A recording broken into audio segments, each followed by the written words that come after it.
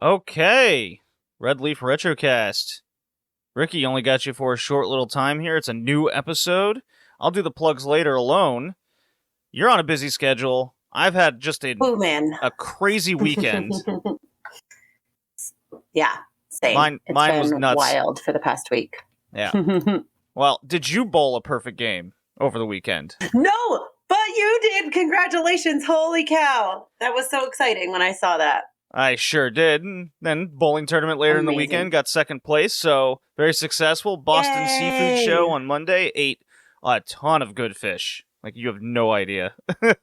Oh, I was following your posts and everything, and I was just, my mouth was watering with every photo you put up. The bluefin tuna from the company Bluefinia, that was unbelievable. Like, I must have had like hundreds of dollars in just sashimi and different cuts from the bluefin tuna. I've never seen one like cut live before. Yeah. So that was a cool little experience. Lots of things. It's my third time going to the show. Dad's part of the fishing industry his whole life, basically. So yeah, he came up to visit, and we get in and just have a good time. I haven't seen him in a year and a half, so wow. to see him, and then night one, I bowled a 300, and then we just drank a lot of good scotch and had a good weekend bowling. Amazing. And, yeah, so lots of drinking, and because of that, I did not get to Stardom as much as I wanted. I wanted to cover also the Cork and Hall show that happened, but I'll just be covering kind of the main stuff. Did you watch the big Stardom show? The Triangle Derby show. Yes. I watched all of, I think, every match. The way they're posted on Stardom World, you have to like click them one at a time, but I think I got all of them. All right, so give me banger. Yeah, give me your quick thoughts then. Quick thoughts. Opener was a banger. And I mean, I love multi-man matches. I mean, how many times have I said, tag match is amazing, and trios especially. So this was right up my alley. The singles matches towards the end of the show were great too. I think I didn't like the double count out finish of the Julia match, but kept them both strong, I guess. I don't know. I don't know. But overall, it was a really fun show. I had fun top to bottom. What was your match of the night? Oh, probably. Oh, I don't even know. I have to look at the names because I forgot all their names already. One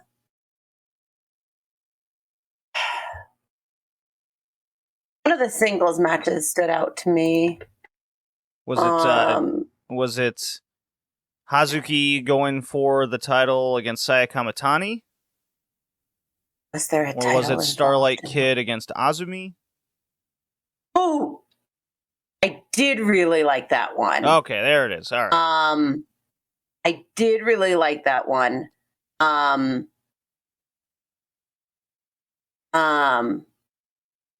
I think that was it.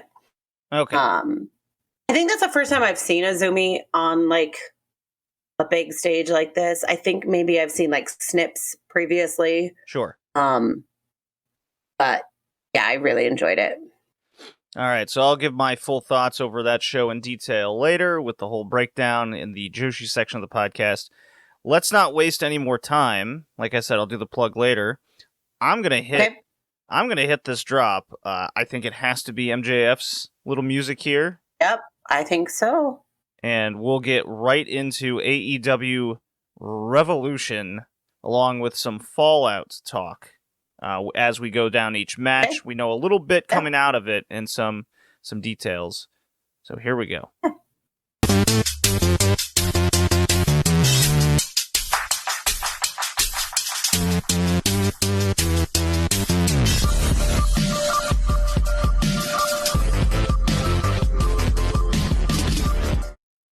Okay, So AEW Revolution, basically a sold-out show from the Chase Center in San Francisco, California. Look, we talked about it last time. I think the builds were kind of blown out of proportion with a lot of kind of overreactions, and I was confident in a lot of these matches. I think that Jack Perry, Jungle Boy, and Christian doing a goofy little casket match was a little much, but the match turned out to be very good. Agreed. Yeah. But that was my like real only complaint from the entire show was the goofy casket, getting shut and falling down and then kind of going poof. I really enjoyed that part. And then somebody did a sound effect to it, and it was on the most recent Botchamania, and it was perfect. If you haven't watched the most recent Botchamania, go. So let's just start. That. Yeah, let's just start from the beginning and kind of go by one by one. We got Ricky Starks defeating Chris Jericho, 4 stars in the Observer. 13 minutes flat, basically. Ricky Starks goes over, just as we all hoped and predicted in the way the story goes. Jericho putting the young guy over twice. And now we got the definitive win. You know what I have dubbed this show? What's that? And I might even name the podcast episode this. Revolution. The old guard crumbles. Yeah. Yeah. Yeah. All That's of fair. The quote-unquote young people that they want to build to the future, they all won on this show, which I was very enjoyable because I felt every single match the right guy went over. I agree. So can I give you, just before we dive in too deep, so I was on another cruise, which is why I missed a pay-per-view live. But it was also easy to avoid spoilers because I was out at sea and I didn't have cell service.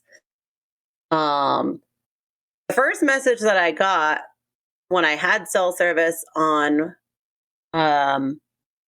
Monday morning when I was in Mexico was from you saying Jericho versus Starks rocked. Yeah, and then after that, I'm like, you know what? I better just not message and just, watch the show and chill. But yeah, very good. So that was the first thing that I heard, and then I was back and forth whether I wanted spoilers or whether I could manage to avoid them until I watched the pay-per-view myself. And I did widely manage to avoid most of the spoilers, except for the whole internet saying it was like the greatest pay-per-view ever. So I think I had hyped it a little bit in my brain before I sat down to watch it. Plus, I also watched it like the night I came home from the plane, and I didn't start it until like 9 p.m. So I stayed up till like 2 a.m. to watch it.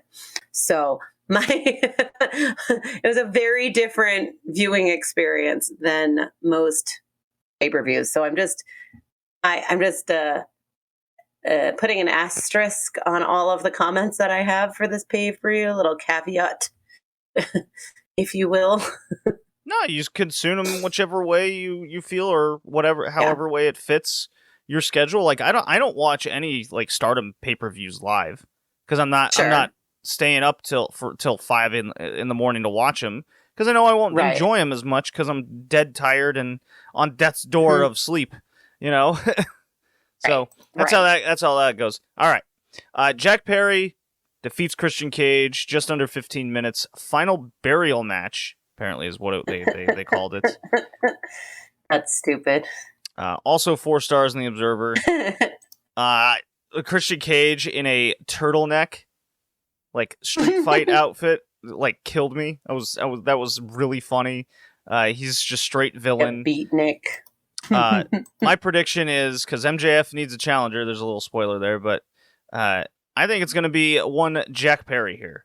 I think he's going to be the first one. I think this show set up everyone as big challengers heading into Double or Nothing. And here's my full prediction because it's I think we're getting Jack Perry, then we're getting Ricky Starks again, or because we know Ricky Starks is now being set up with Juice Robinson, but they played the Bullet Club music on Dynamite.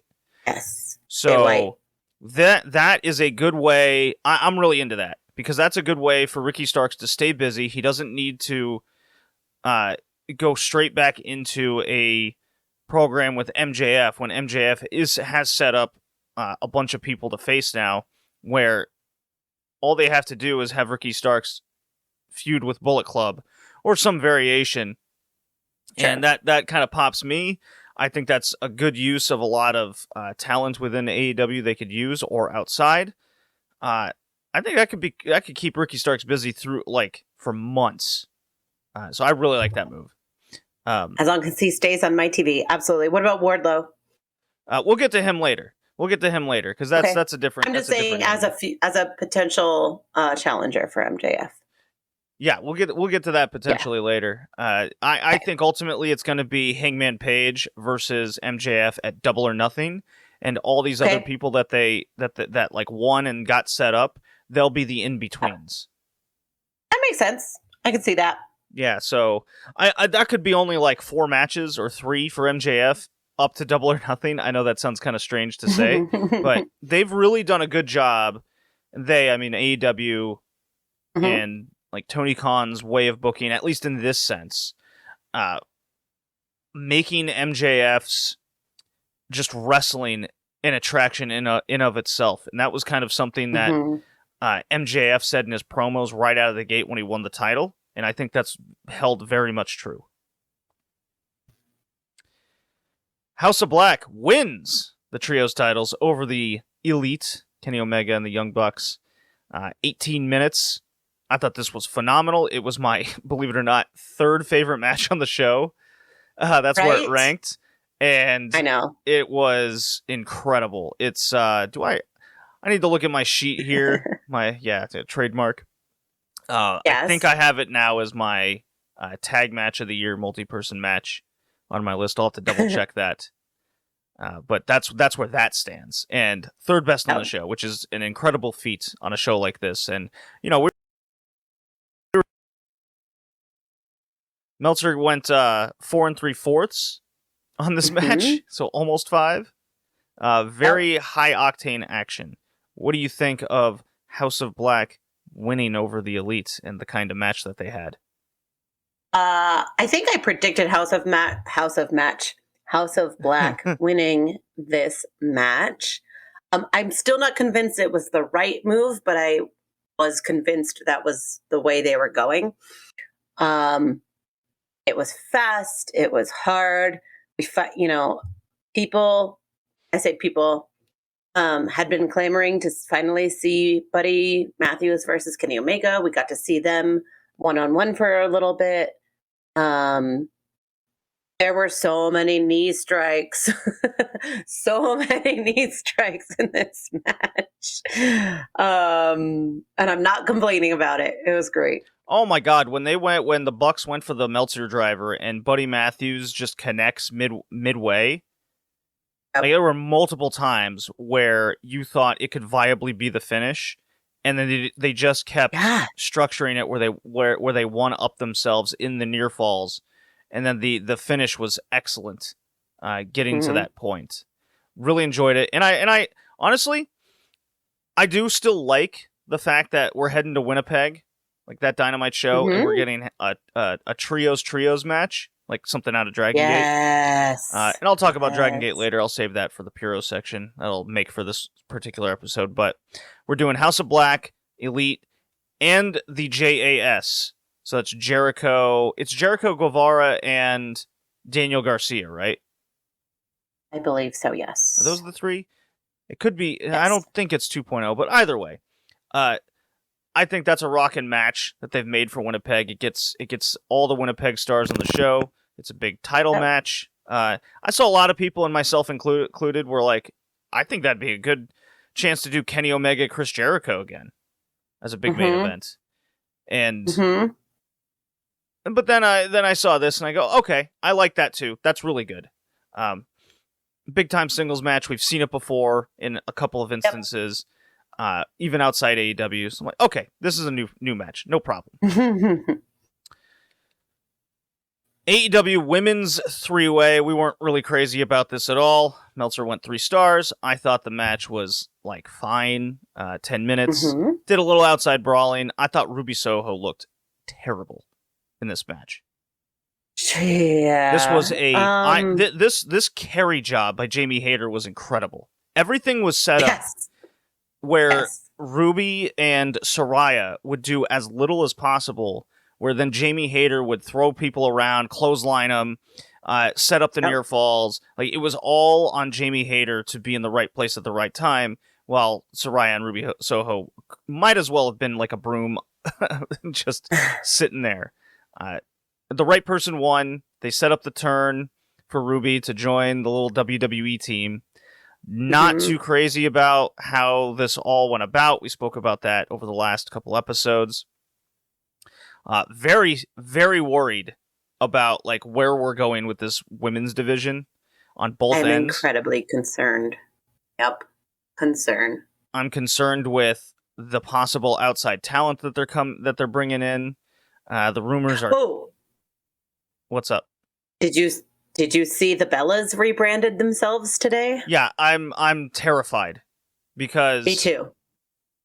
There's one thing to do an outsider story, and then there's one thing to do a story, even with like Taya Valkyrie coming in, because I am not a fan of hers. I think she's washed up and vastly overrated. I actually think she's downright bad, and to bring in the Bellas on top of this, possibly. I know we're like, but I know we're speculating something that hasn't happened yet. But the worry I have for a lot of this, even without them coming in, to be so to be so focused on essentially depleting the interest in your division by doing something that was 10 and 15 years ago of a Divas era, which was highly criticized as like awful. That's not what you want to bring into something that you're supposed to be progressive. And like when Jamie Hayter first won the title and Toni Storm went on that run, and then we got the big Sheeta match, that was what was creating interest in the division, not what's happened now. And then Jade Cargill, who the hell knows? She just kind of exists. It's not great, but the Hayter carry job was very impressive, and at least she won. Roll up, I think, was unnecessary. Could have just beat her 1-2-3. Oh my gosh, yes. Yes, agreed. Texas Deathmatch, full 5 stars, and guess what? I did too. Adam Page defeats Jon Moxley, 26 minutes. I was on my feet, pacing, spitting, snarling. I felt the like male blood boiling in this. They did so much like nonsense. Like Rickee, they hit each other with like bricks. Yeah, they did. Yeah, they did. Barbed wire boards. Blood everywhere. Okay, so here's the question now. Now that we got to this point. Okay. Was this your match of the night? Yes, I think so. I don't know. I was planning on rewatching the whole thing, and I didn't get around to it. Yes. So you're in the camp of the death match was the best match on the show. I'm not that person. You know me. Again, I was tired. I was, like you said, kind of on the edge of my seat for this one. The main event, it was exciting, but we both predicted the winner going into it, so it wasn't. It was different. This one, I had no idea who was going to win, and I couldn't predict it. So for me, that made it more enjoyable.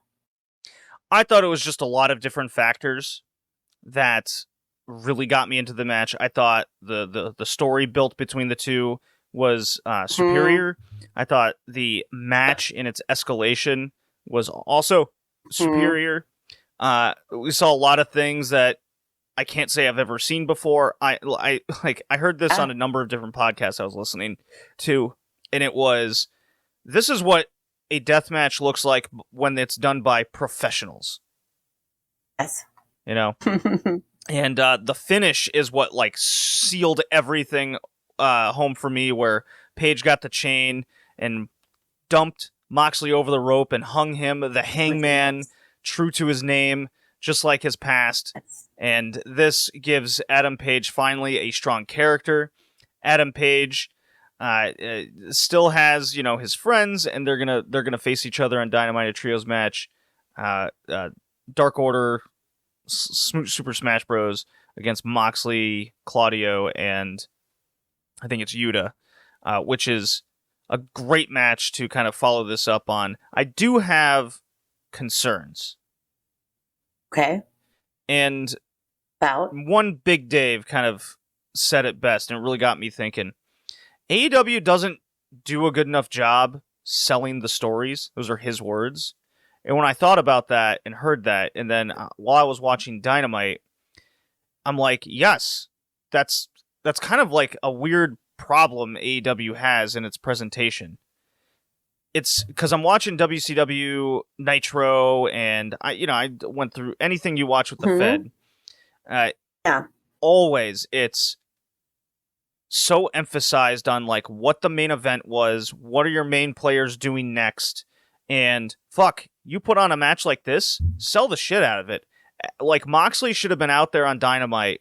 Moxley should have been out on Dynamite with like his body taped like a mummy, and he's real hurt, and he's trying to go through it.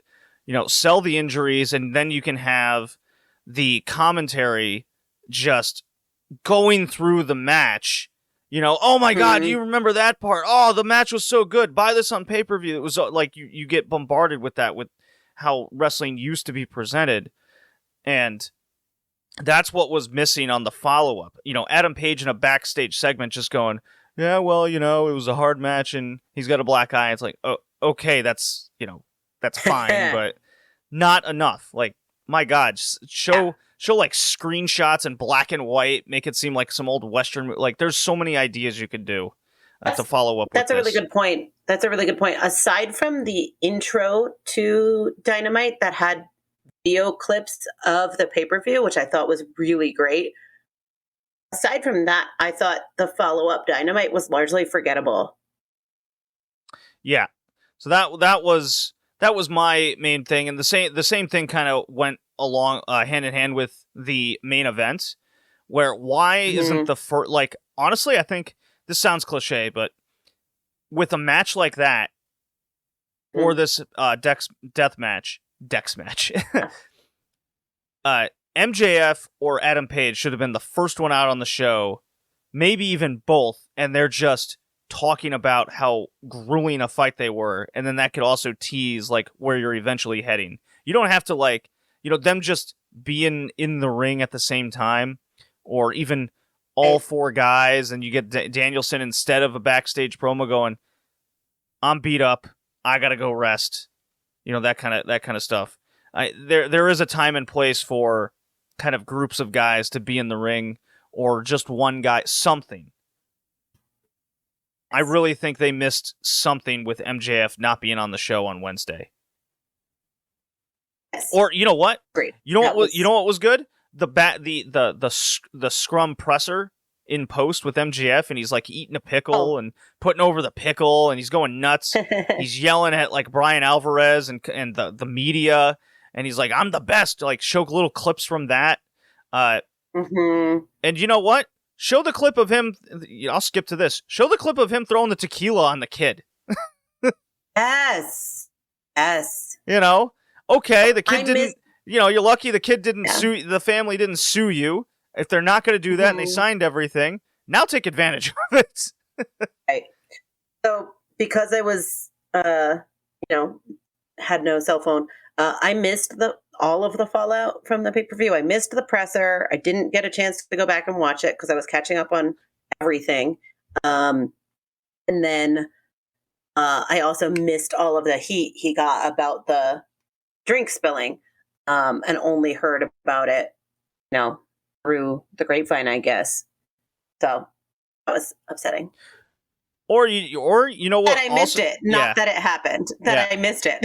I think it's great that it happened, honestly. Oh yeah, it popped me hard. I'm like, it's fucking. I just assume it's a work, and the old style, the old works, the new work situation, old style stuff, and the kid's a plant, and they did everything, and everyone kind of knows it. No, I mean, I've seen MJF. So on the second Jericho cruise, the one that had the live Dynamite taping, MJF was on that boat, and he actually did a meet and greet, and I've seen him with fans. That is him. Like, right. He never leaves unbelievable. character. He's so good, and so it never once crossed my mind that it was a work. I was sure he did it on in the heat of the moment. I'm also sure he didn't sniff the cup to check what was in there. It was clear he thought it was water. Yeah. So that's a mistake he won't make again. So I think it also would have been good to have MJF come out and then someone inform him he's been suspended a week for his actions as champion, like in the match. Sure. Yeah, that would have been good. That's some old school stuff, and they can show the drink in the kid. They could show the oxygen tank type finish, but we're getting ahead of ourselves real quick here. Wardlow, Samoa Joe, 10 minutes, and AEW TNT title match. Again, the right guy. I think the right guy went over. I think they do need to do a little bit more with Wardlow and Powerhouse Hobbs. Wardlow, I didn't like that match very much on Dynamite. Mm-hmm. I'm very much questioning the whole QT with him, with QTV. Not out of the gate, I'm not a fan. It's mostly because QT has that jobber stank on him. And does Powerhouse Hobbs need him? Yeah. I don't know. I'm not really a fan of it yet, but I'm willing to let it play out just because I know how good QT is, just what his wrestling mind is like, at least with the in-ring stuff. So I'm willing to let it play out. Yeah, maybe it'll win me over, but as it stands right now, not really a fan of it. But look, this match was fine. It was kind of nothing, but that's okay. It was fine. Yes, fine. On a show like this, if this is as bad as it gets, I'll take it every time. Yeah, exactly. Where does Samoa Joe's clearly busy with Ring of Honor? We'll talk about that a little bit. Yep. Don't have much thoughts on it, but Joe's getting set up over there. I think Samoa Joe should just be a permanent Ring of Honor guy. Agreed. For a long time. He can kind of run that and mentor. And yeah, I think Wardlow, despite getting screwed by Powerhouse Hobbs, I think he should just kind of say, you know what? I won the TNT title. I lost it. Mm-hmm. I'm putting it to the side. I'm going to go after the guy I beat. Yeah, right. Literally and figuratively. Yeah. Let's. Yeah. They could eat and I don't know. Wardlow's kind of boring a little bit right now. I think they really need to heat him up again in something special. I think they need to reheat his feud with MJF. Yes, I think that would accomplish a lot. Even if it's just a one-off chance try. Yeah. AEW World Tag Team Title 4-way. God, these 3 and 4 ways. There's too many of these in AEW right now. Guns claim the titles again. They beat the Acclaimed. They beat Jeff Jarrett and Jay Lethal, thank God. Danhausen and Orange Cassidy. This match didn't do much for me. This was actually my least favorite match of the night, this one. But okay. You want to hear something I'll admit? Go for it. Okay. When it comes to Jeff Jarrett and Jay Lethal, my feelings are I have zero interest in watching Jeff Jarrett wrestle ever in 2023. Sure. But does my heart just skip beats when that man's in the ring? Yes. Because you're afraid he's going to win. I'm so scared all the time. There you go. And now he's getting... There you go. And look, Jay Lethal and Orange Cassidy had a international title match. They're renaming it. That's fine. I prefer that name anyways. I mean, there is a Japanese flag on that belt. Yeah, we questioned that from the start. Calling it All Atlantic was interesting. Yeah. But they had a good match, and then when I saw that graphic, I go, uh-oh. I know where this is leading. I have a feel. And then, yep, Jeff Jarrett going for the title in Winnipeg. And if you don't think my heart might stop every time that man goes slap nuts, stroke this, stroke that, and then he might pin Orange Cassidy, I'd be lying if I wasn't terrified. Love it. I love it. No chance of this man winning. Okay. Let's hit this main event because I gotta. Yeah, and then I'll just and then you can go, and then I can talk about Ring of Honor. Yeah. So sorry for my brief appearance this week. It's okay. It's all right. AEW World Title 60-minute Iron Man match. We questioned the stipulation and what it would mean. There was a little flub kind of at the beginning there where MJF hits MJF's down 1-0. And he hits a low blow and then pins Danielson twice right away. After that, There was a little confusion there of like, I mean, as long as you saw the low blow, you could assume, but there was no real announcement. So there was this like haze of confusion right there in the match. Yes. Big Dave went 5 3/4 on this. He went way off the scale. Everyone's calling it, a lot of people are calling it the best Iron Man match of all time. They called Adam Page and Jon Moxley maybe perhaps the best death match of all time. MJF got put in a Boston or a half crab late. The selling was incredible. The build I thought was incredible throughout. Danielson and MJF both are on their A game. They go into overtime because I guess any modern day Iron Man match just has to go to overtime. So then why book the 60-minute stipulation in the first place? That drives me nuts. But we predicted this. Yes. We predicted the draw. Yeah. And then I thought, but if you remember, I said MJF should say no to continuing the match and he should just champion's advantage, time's up, he wins. That's not what happened. No, they go to overtime because I think when it comes to Iron Man matches and booking it, every single booker has like one idea, and that's, well, we'll create drama for overtime. So I really rolled my eyes at that. I thought MJF not winning but not losing would have been, I think a lot of people would have been dissatisfied, but honestly, I think they could have gotten like the oxygen tank thing in or some variation of that finish within the 60.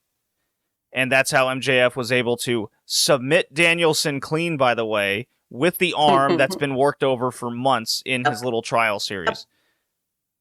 Because he's actually a deserving champion. He may be a smarmy heel, but the boy can wrestle. Yeah, and I'm so tired of all of this discourse and conversation around MJF and his wrestling. When every time we see him, he has a great match. Doesn't matter what the type of match is, who's he's in there with, like Takeshita, Danielson, Moxley. It's just over. Jungle Boy. How many people had him versus Punk dog collar match as their match of the year last year? Like, right. That was really high on the list. It's the same song and dance with this man over and over and over again. It's like every 2 months, people just forget what he's done because he's a smarmy heel. And people want to hate him, and they get sucked into it, and then he goes out and has a match like this. MJF's incredible. I like everything this man does. I am built into the story of wanting to only see him lose, and yet it never happens. In various ways, he's the old school of old school, and he's only in his 20s. I'm just so impressed with the guy over and over and over again. And Danielson's an incredible wrestler. For this match to be my second favorite, and it might be, I don't know, my third or fourth match on my match of the year list, is we're off to an incredible start with 2023. Great. Okay. Don't know what's going on with Danielson. I guess we'll find out. And then MJF, we talked about earlier. That's Revolution. Is it the best AEW pay-per-view of all time, Rickee? No, for me, no. Oh, what is it, All Out because you were there? All Out 2021, yeah. Okay, all right. But also, again, it was it's the first one I didn't watch live. I had something spoiled, and I don't know. I will rewatch it and I will reevaluate But I think because I was at All Out, it will be hard to beat for me personally. All right. So that's it for you? Yes, thank you so much for having me. Sorry, I got to run. Okay. I'll see you later. I'll start talking about Ring of Honor. Talk soon. All right. Take care. Okay, so she's tapping out.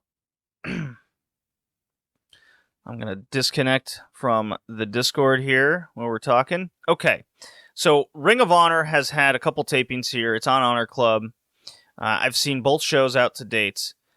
Really, really enjoyed. I've tend to really enjoy at least 2 matches on these shows, and they're going like 2 hours. They're not. They don't really have the time constraints like at all because it's on just a streaming service. It's in the same Universal Studios again. It's black and red, and I like when it comes to the matches, I'm not concerned with kind of the talent, right? But from the presentation standpoint, it really comes across a little bit like AEW Dark, but different colors a little bit. And that also has a lot to do with kind of the wrestlers we're seeing involved, where they have, well, I talked about QT Marshall's Jobber Stank. A lot of these people have Dark Stank, and it's going to take some time and energy to kind of build up a lot of this roster, mostly from scratch and working behind a little bit because of how Dark has been presented all these years now. They've put themselves in a hole and they got to work out of it. I'm willing to be patient, as a fan to go through this. It's not like they have any obligations to go through this, but what's interesting is there's speculation of a Saturday AEW show coming on at 6:00, and just if they could have called it like AEW Honor Club and it's at 6:00 or something, it is Ring of Honor, then that would have been the preferred route to go and make it unique and interesting. But they can't do that. It's going to be another AEW property, and there's a big challenge going. Maybe Rampage is canceled, it's just simply moved into that slot and see how that works. That's possible. There's a number of different ideas floating around of what this could possibly mean if it's going to go through. There's a lot of work to be done with this Ring of Honor presentation. I think there definitely needs to be an established roster separation. Get the Tony Deppins and who would be another example? Well, I'll just use Tony Deppen and Brian Cage as kind of the examples. Dalton Castle, like these guys should be Ring of Honor. They should never be on AEW TV. The only way I would accept mostly if you're on AEW TV from Ring of Honor is if you're a champion and you want to kind of pump and push the next pay-per-view, because that's the only way you're going to probably sell these things. When it comes to the women's division, honestly, I think that's kind of a wasted effort. And that's mostly because when the Ring of Honor, the splitting up an already small division within the AEW roster sphere, I think hurts a lot of the flourishing competition that they were, I guess, trying to have. But again, the Athena Willow Nightingale match, I think, has been the best match that Ring of Honor has pumped out on this Honor Club in the 2 shows. It's very good. It's a highly recommend from me. It's a 3 out of 3 match. Vastly enjoyed it. But again, if Athena is going to, I think Athena is one of the best talents in America right now. I personally put her up there with the Jamie Hayters of the world, and she's doing great work. She has been for months and months and months, going back to last year. And for her and a few of these people to be shoehorned in to this Honor Club situation, I don't know if I agree with that. There's going to have to be some big signings, and again, a lot of work. They're going to have to seemingly hire more women and get them trained and see what they can do. Lady Frost, I think, would be a good start. Vert Vixen is a talent that's on the rise. Give her a shot to be in this kind of roster. And, I talk about no crossover of talents. What do you do with like a Yuka Sakazaki when she comes in? I guess you could do the Joshi talents can float anywhere between AEW and Ring of Honor, but I'm really worried about what Ring of Honor is going to be. Is it going to just be AEW Dark with a different color? Is it going to be something in between? Is it going to be like Rampage where you're like, okay, these matches look interesting, but there's no substance to it. They kind of seem off in their own universe that isn't as interesting. I guess we'll find out over the next X amount of months what this means and what direction they're going to go. But you have to make it different and a purposeful alternative to even what AEW is. Those are my thoughts there. And I'm going to take a little break here. And when I come back, I'm going to do some Puro with the New Japan and Dragongate sections. And then I'll get into the Joshi. It's KT time! Yeah! Raise it! Raise it! It's time to go to what time is it? Raise it! Raise it! It's time to go to raise it! Yeah! Raise it! All right. Time to talk that DG, that Dragongate. They just finished the Rey de Press tag tournament. And as I doing something different here with the Dragongate after the AEW and before the New Japan, but said in a previous podcast into that, it's the tournament started well. I was hyped for it, and then it just kind of delved into these very short. I mean, all these tag matches are like solid and fine, but there's the element missing of like the investment and I guess charismatic excitement would be my strange way of putting it. Because I didn't get that same feeling on a lot of these shows once that first night was over. It felt like, a tour. And we were kind of going along for the ride. It's really that same feeling I got with Stardom and the whole Triangle Derby, right? Not getting the big high-end matches we expect. The main events are good, but they're not great. You don't really have, because it's so long, you don't really have an inkling for what direction they're going with. You don't really have an inkling for who you as a fan are invested in other than kind of your favorites and you hope they win, but you can't really buy into that 100%. So with that said, all I'd recommend really, at least from a match perspective, would be the semi and the main from the opener, and then would go back to I'd say the 21st, where it was Natural Vibes, JFK and Jason Lee defeating DeCourage. And DeCourage is the Kakuta Yuki Yoshioka team is probably, they were probably the ones from the start because they were always in the big matches to put on the best. These are the guys that Dragongate are putting the most effort into. Kind of wondering what the Dragon Dia deal is about. He seems to be kind of on the back wheel right now, but guys get pushed in and out. But and then you go to the final night, which would have been at Corkin Hall, and that's the other thing. A lot of these cards, besides like a main event, maybe a semi-main event, I have right now as it stands not much interest in. Like, they're all so skippable to me.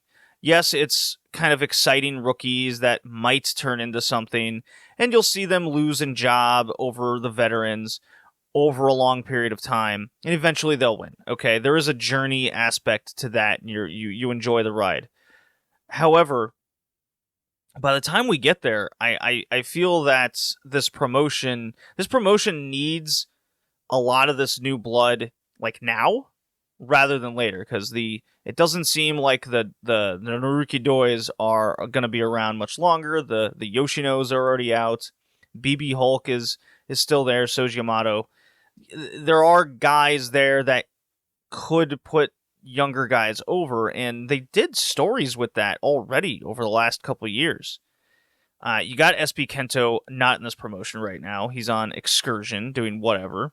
Takuma Fujiwara is in the same boat. So the talent that we kind of want to see isn't here currently.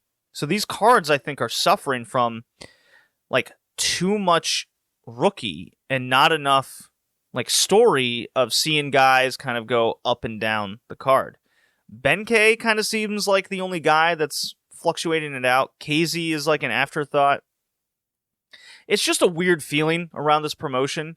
But anyways, the finals was Susumu Mochizuki and Yasushi Kanda in the finals of this tournament, taking on and losing to Kikuta and Yoshioka.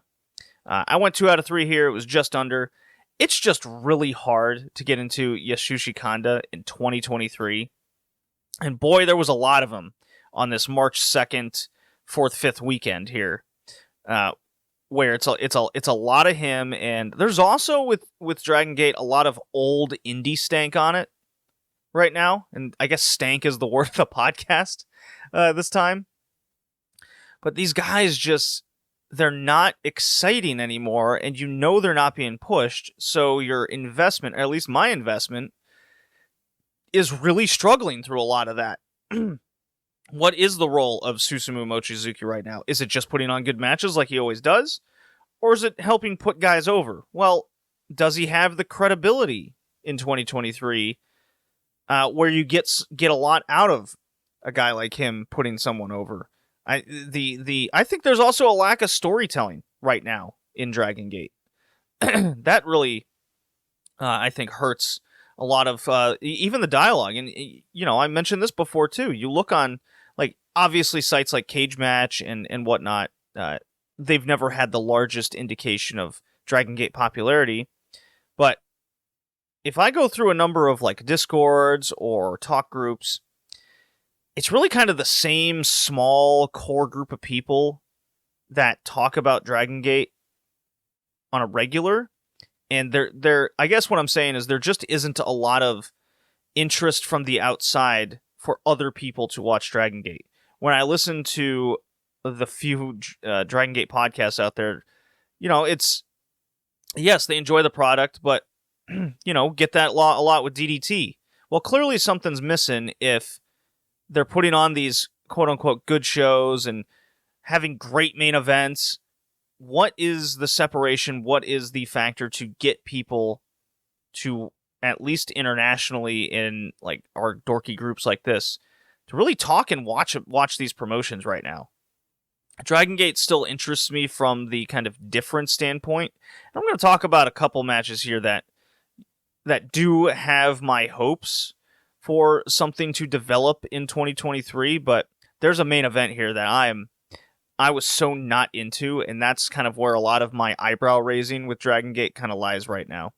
So they did the Kanda Mochizuki or Susumu team does lose to Kikuta and Yoshioka. Kikuta had a very strong kind of tournament in 3 days. He's been kind of the focus of DG right now, at least getting a lot of the presence factor to him, where he's a big dude on a roster known for being much smaller.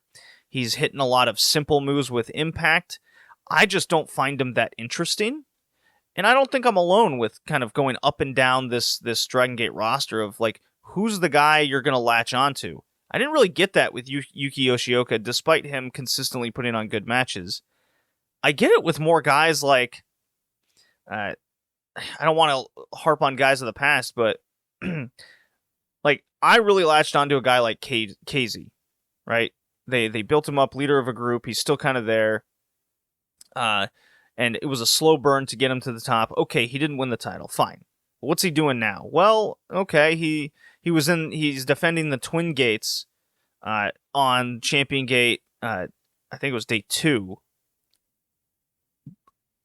But despite being a champion in this promotion, I don't get the feeling, I'm just using KZ as an example, I don't get the feeling that they're truly behind him.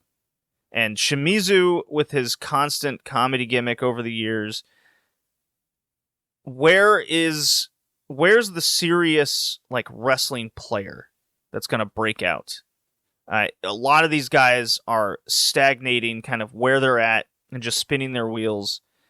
And the guys that are kind of being put in these bigger positions, you kind of really question why they're there in the first place.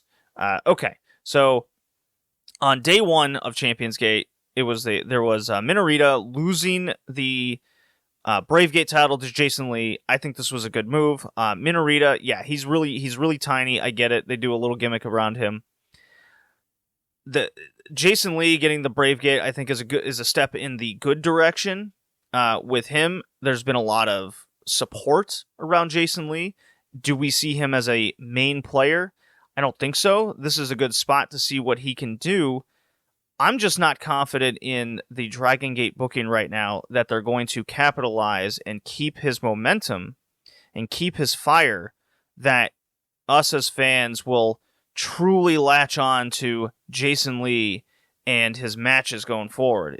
I think there's too much space and coldness in between that's going to hurt. We see that a number of times. The trios, I went 2 out of 3 on that one. And then my match, my Dragongate is it my Dragongate match of the year? Might be. Is this trios titles match. And it's not saying much. I did go 3 out of 3, but, maybe 4 stars. 4 Big Dave stars. So this gold class trio of Benkei, BB Hulk, Minoura, defeating Mochi Jr., Susumu, and Kanda again. So we have a lot of repeat guys and roles going forward and things like this. So again, it just feels like the roster is too tight with too much. It's too much young talent. You really can't push out of the gate right now when they're 2 months into their career, unless there's some super prospect that just gets it. But this is an example of kind of they're really tight on the roster and who they can put in these positions. Regardless, this match was also good.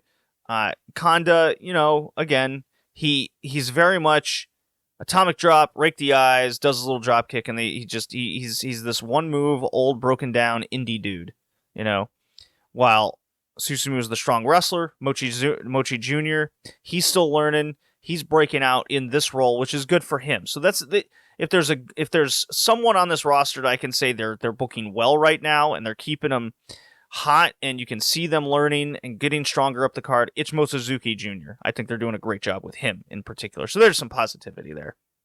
And the Benkei role. Benkei, Chicky with the gold rose and everything. He's really found himself like this youthful charisma that people can finally say that is Benkei, rather than just serious wrestler that has a spear, right? Champion Gate Day 2 was featured by the Twin Gate match. I kind of already spoke about that. It was solid, but I would say it wasn't inspirational. It's a match that you'll go, okay, that was enjoyable, glad I watched it, and then you'll kind of never think about it again. So Kakuta and Yoshioka not winning the tag titles here. I think that with how strongly they were built, they should have won the match, and then we can continue some sort of chase story or build something with them really getting into the role of being the featured guys of this promotion. But now they lost, and I question what they're going to do next. And then there was that main event of Champion Gate. Shun Skywalker defending the Dream Gate against Strong Machine J, of all people. Now, I'm always advocating for new guys to get put in roles like this. Strong Machine J definitely qualifies for that. The problem is, he is the one that shouldn't have been put into position because of kind of how he's been in Dragongate seemingly since his debut. The man's only had 11 singles matches his entire career. He's never won any of them that are meaningful. He's not a viable singles guy, let alone you can't really buy him as the champion of Dragongate, right? He doesn't scream Dreamgate to you. And then on top of that all, he looks like a dork from the 80s. He's got the Strong Machine mask, which is, that's fine. Lucha Libre. Hey, like that. And then on the other end, he has the 1980s single strap singlets, and his finisher is a hammerlock suplex. Okay? It's 2023. It's not 1983. Let's develop something and make this guy look like he belongs in this era, okay? And yes, I do get that that's the shtick, but that's also the problem with this. We need guys to break out of their just basic molds, okay? So I'm watching the main event, and I'm so done with sauntering Shun Skywalker. If this guy wants to be heel, that's great. Do some heel stuff, but him, it's not even the laughing that's the problem. It's just the walking, just boring heat, and with evil-esque ref bumps and everything. It's very RED-esque. He is so much better than this, and we've all seen it, and yet when... And certainly the heat for the match didn't help, where the whole match is built to the single arm suplex, or the hammerlock suplex, as no one's kicked out of it before. It's like, okay, that's fine. But, I don't know, finishers not being kicked out of and building to a match, that seems kind of basic bitch to me. It's like par for the course, isn't it? So this was very difficult for me to get into. I thought it was boring. I can't recommend it. And now we're 0 for 2 with Shun Skywalker in these big roles. And we waited 2 months for a filler defense for a weekend. Every year, I just kind of say the same thing about Dragongate. They just get cold, and hopefully in one of their 5 shows a year, some people will talk about them, but the follow-up is always just as cold, and they can never capitalize on the good work that they do sometimes. Champions Gate drew essentially the same year over year for the weekend, so you can't call it a gross failure, but you would like to see some kind of upward momentum in what they're doing for these big shows. And if I kind of pull up their stat lines here on the year, they've run Korakuen 4 times. They get about the same, 1,000 to 1,200 number, which is good. There's nothing wrong with that. But outside Korakuen, they haven't done anything this year. And I think it's time we finally just accept that Dragongate is this kind of indie promotion that has to build again for a long, long time. They'll pop their 5 shows a year, and they'll continue doing these, 1,000 to 1,200 Korakuen shows once a month, maybe twice, as we saw. But it's the shows like Champions Gate where they're getting 800, 500 people, and you're like, okay, that's very much like, Stardom was a number of years ago. Hopefully they run a bigger show, but that's not where Dragongate is right now, and they're not booking to anything. They book for 5 shows a year. And then you might get a good Korakuen main event every now and again, which is what we got for the March 2nd show. Very down on Dragongate right now. I tend to go in ebbs and flows with them. I still check in. I will still cover them on the podcast as I'm doing now. And it just doesn't feel like it's different enough from New Japan, really. And it's nothing about the matches being bad. That's not it. It's just, it's really myself on why do I feel this way about this promotion when I can't really point to anything in-ring wise that's poor, or even booking wise that's poor. It's just, why isn't this exciting, and why I can't be the only one that feels this way. And looking at some of these house show numbers, I'm like, I don't know. It makes me raise an eyebrow to some theories and interpretations that I can make. Anyways, I'm going to play New Japan. We can move on to that area. Let's see. I think it's got to be Naito.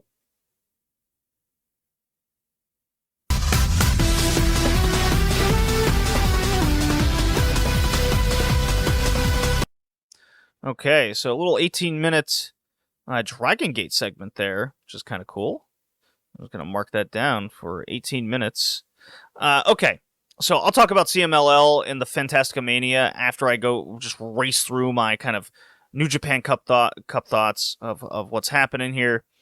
I think the match of the tournament so far is easily, in my opinion, the Naito El Phantasmo match at Korakuen, where it was shithead Naito just mocking and doing the headbanger routine of ELP throughout the match. ELP just trying to get the fans on his side. He mocks a kid. This was great. ELP mocks a kid who's wearing Naito gear during his entrance, and then he builds up to a little bit at the beginning of the match where he gets the kid to give him a too sweet. The whole crowd just pops so hard. Commentary. Kevin Kelly is like, he got the Naito fan to give him a too sweet. Oh no! And when you got half of Korakuen Hall and perhaps even more chanting for you, then you're doing something right. There is some serious money in El Phantasmo reaching that next level. He did lose this match, and there's only two people I see currently that I think might win this thing, and I think Naito's one of them. Do they want to do a Naito-Okada match again? Sakura Genesis with Mercedes Moné and possibly Azumi and Hazuki doing like some sort of three-way stuff going on there. Maybe they'll go that route. Maybe they'll do Sonata, because Sonata against Taichi was a fantastic match. Sonata's tough. Him and Taichi had the main event of that Korakuen, and a lot of that story... Was it Korakuen? Whichever it was. A lot of that was the story of Sonata's dropping falls, and Taichi's like, what the fuck, bro? Sonata's in a slump. And the whole first half of the match was Taichi wanting the best out of this guy. And they have their rivalry, the whole Kawada-Muto thing going on. I never really even talked about the Muto retirement show. Naito Muto, I thought it sucked. I hate it. I hated it. That was downright bad. That was a bad match. I have no nostalgic remembrance of Keiji Muto, and I think he's been a plague on this in wrestling for 20 years. But anyways, the Okada Kiyomiya match was fantastic, and the fact that Okada put this dude in the dirt and looked at the lights in 15 minutes kind of speaks to where Noah is. Noah wants to be New Japan, and they don't care what sacrifices have to be made. It's going to be very interesting what Noah can do now that, they had Harada retire, and they popped a little Korakuen number there, their best in years. But post-Muto and retirements for Noah is going to be a big challenge for them. But back to the New Japan Cup, and look, Sonata Taichi, they brought it in the second half. I still ended up going 3 out of 3 on it, little 4 stars there. Naito and ELP, I went a little higher, just because of the entertainment factor was so high for that one. And the wrestling was really good, and the finish, and Naito doing these big roll-ups throughout the New Japan Cup is an interesting story I'm into. He can't really put away anyone clean anymore. So, are we going to get a new finisher from Naito, much like we got a new finisher from Sonata in the main event, and that's where we're heading towards something like that? I really get the feeling that they're going to go all the way with Sonata in this New Japan Cup, but not win the title. But it would be an accomplishment for Sonata. Do I want that as a fan? I guess it'd be a little bit more fresh, what I'm seeing, but honestly, I'm way into ELP right now. He's one of my top dudes in New Japan that isn't like Shingo Takagi, but Shingo loses to Aaron Hanare, match was fine. David Finlay goes over Ishii, also match was fine. The David Finlay turn with Jay White and possibly becoming the new leader of Bullet Club, boy, that's going to be a tough sell for me, because David Finlay just really screams geek, even if I semi-enjoy his... You know what? David Finlay, to me, is like American Yoshihashi on this New Japan roster. Okay, they can bell-to-bell put on a good match. Really like them in tag matches a lot more. I mean, that Yoshihashi Goto against Okada and Tanahashi thing was really good. The issue is, it's Yoshihashi. I think he's a nerd that looks like a nerd and wish they'd put a mask on him. Kind of wish they'd do the same with David Finlay. Get that sponge body, rock hard. like a Juice Robinson, put a mask on, and have your black, your spray painted beard, Hogan style, coming out of it. I don't know.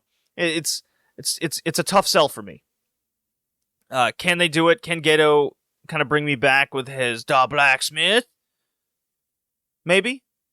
I'll have to see how it plays out. It's gonna be something to get used to, because this roster is the New Japan roster is in a weird place, because Umino, Narita, that group of guys, we still don't know where, like, Uemura and these guys, like, they need to hopefully bust out into some form, like, sooner rather than later.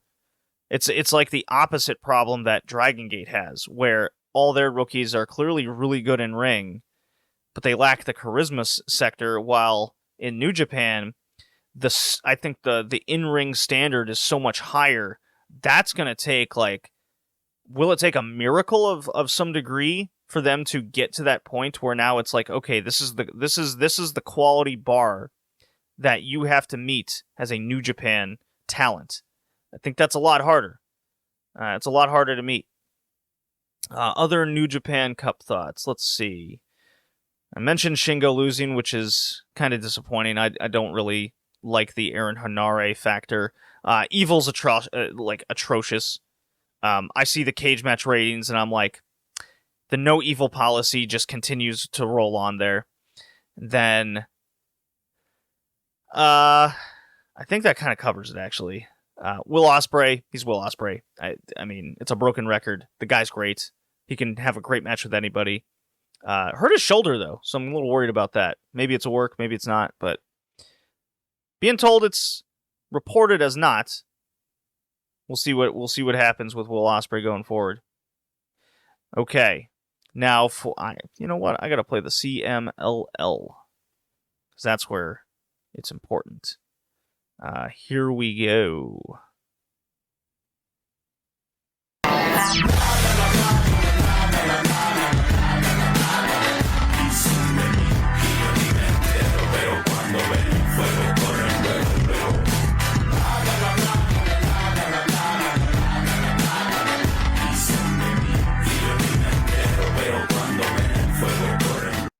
Gotta love that Templario. He's my guy. He's my dude in CMLL. So the Fantasticamania, I know I'm a little later on this than most of other coverage, but that's okay. The Fantasticamania tour, I thought, was incredibly enjoyable. It led to a lot of nice little builds and strong matches down the stretch there. I did mention that I wasn't able to finish it on the last podcast, so I did it for this one. And so here we go. I'm going to cover the last, 2 nights here. Let's see. I know I have... yeah, okay. Covered the last 2 nights here.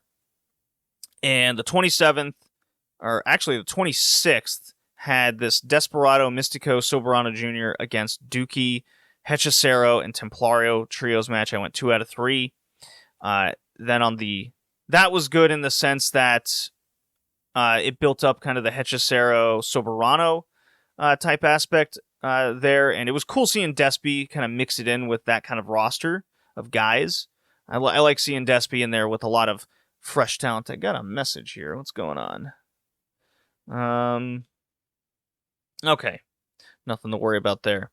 But we move on to the 27th, which I thought was one of the better shows of the year from the non-pay-per-view perspective. It was Atlantis Jr., Hechicero, Okamura against Dolce Gardenia, Magia Blanca, and Mystico. So there's a lot of similar names here popping up. And Hechicero was probably the low-key most improved player as the tour went on. He really built up this strength base type guy that would lock in some holds every now and again and big time submissions to work the guys over. Especially, I'll get to the Soberano Jr. match here in a bit, but Hechicero was very surprising. Magia Blanca, I want to see more of this guy. I'm pretty sure I might be thinking of a different luchador, but Magia Blanca really stood out to me as a kind of up-and-comer type deal that they can maybe hit something with. And then there was always the factor of Mystico and Atlantis Jr. building something up between the two of them. What that led to was something that would be revealed later. But here we go. Volador Jr. and Templario was, I thought, Volador Jr. is really clicking for me this year. He has his style. He's in his 40s, but he still moves so lightning fast. And like I said, I mean, I played Templario's drop to get into this section for a reason. This dude's heel work as a Rudo is so good, and it really vibes with me. And how Templario is able to work these matches where it makes the babyface structure of the match very different, and how the comeback gets you solely behind that one guy. He is no longer the focus, and I really appreciate that. And it's unselfish wrestling. For all the bad things we can say about Ric Flair, for example, the reason why he's possibly the greatest of all time, number one, is because what an unselfish wrestler he was. He'd always sell for everybody. Terry Funk was like that too. If you're gonna beat someone, you have to make them, and then you yourself looks good, and people want to see you wrestle all these guys. That's important. Very underrated aspect. Templario does that for me in CMLL. I want to see him wrestle everybody because of the way he sets everyone up. And really, Hechicero kind of came across like that too. I don't think he's as good in ring. I think he kind of lumbers around just a little bit too much, especially in that Soberano Jr. match, but it's still good, right? It still ropes you in. So Volador Jr. continues his kind of Wrestler of the Year contendership right now. The main event was Titan and Soberano Jr., the welterweight title match. Titan retains. So this one was interesting in the fact it looked like a double leg injury between the two guys, and maybe it was cut short. Maybe they oversold it. Maybe it played into Soberano being a little bit slower in the Hechicero match, but I went 3 out of 3 on all of these matches I just named. It was 1 out of 3 with that trios match with Magio Blanca to kind of separate it. Very good stuff overall. And the 28th, I won't waste much more time here. Hechicero Soberano, I've kind of mentioned that number of times now. The Desperado Templario Volador Jr. match against Cavernario, Wato, and Ultimo Guerrero. I went 1 out of 3 with this one. I thought it was okay. Cavernario, man, ever since he kind of blew out his knees, and we all kind of thought that years and years ago that this guy is like ACL tear, like prone, just because of the nonsense this guy would do with jumping off the top rope, like drop kicks to the floor, flat back bumps, just wild stuff. And now it looks like it's taken a toll on him, and it's really affected, I think, a lot of his speed. I think his confidence is kind of low. Maybe COVID had something to do with that. But, like, his charisma aspect is much lower than I remember. And meanwhile, Ultimo Guerrero in Cork and Hall, raising the roof, is still, like, the most over guy in the building every time. People love this man, and he's hitting people with whips and slashes and whatnot. It's wacky. And the main event to finish out the tour was Mystico defeating Atlantis Jr. Atlantis Jr. working a little bit heel to this new crowd, even though he's one of the top baby faces in the promotion back in Mexico. For Japan, hey, Mystico, nothing Mystico loves more than having a crowd behind him. And he really likes it. And really comes across during his wrestling where he wants this crowd in fucking gauged with all things Mystico. The slow entry. You know what? I'm going to play his music. I got to do it. I made it. I got to do it.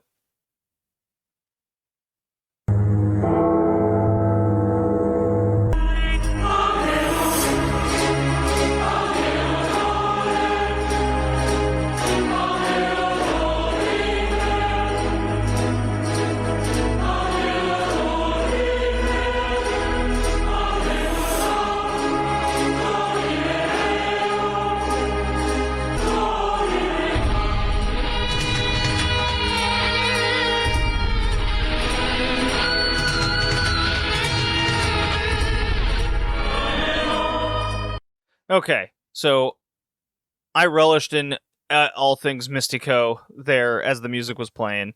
This guy's hitting just as much as Templario for me, just on a different level than what Templario's role is. Mystico, I want to see a big like mask or hair match with this man this year. I want to see multiple because big match Mystico. A lot of people I think had a few other matches higher, but this is one of my favorites. At least lucha matches of the year is Mystico and Atlantis Jr. Went full of 3 out of 3. Just because the engagement level this man has is so high. And it makes up for a few of the other aspects of the matches that perhaps aren't as exciting as seeing Soberano Jr. backflipping in and out of the ring, right? Atlantis Jr., he knew his role. I definitely prefer him in his big babyface role in Mexico, but this was a good learning experience for him to like kind of work a little rudo in a new environment and different. The man speaks English like pretty damn well as well. So when they were building up this match and each holding their little title, I'm like, is this going to be a title match of some sort? It's Mexico. They kind of ignore that aspect of it. Anyways, finish out the tour. Mystico like stays in the ring for fucking 3 days straight. Once it was over. Good stuff there. I'm looking forward to watching more CMLL. I got a little list that I can kind of pick at over time. I'm definitely behind on a lot of aspects of wrestling, which is, hey, so is life. You only got so much time to do all this shit. So I'll leave it at that. Very successful tour. We'll see where the New Japan Cup goes. We'll see what goes on with CMLL as they build up to the tag hair match with Volador Jr. and Rocky. I thought they'd wait a lot longer to do something like that, but they're kind of going right at it. We got Triple Mania coming up. Probably not going to watch that. I think I'm look at CMLL this year. AAA. I'm done with the garbage. I'm done with the garbage cans. That is AAA. I'm tired of being like frustrated watching their shows and their crap quality and crap everything. Tired of their crap, basically. So I'm all about Mystico. Someone's going to be a selfish wrestler. At least he's selfish in terms of like crowd adulation. Okay, that does that. Do I have enough time to talk Stardom? I think I do. So I will do a quick Joshi recap here into Stardom.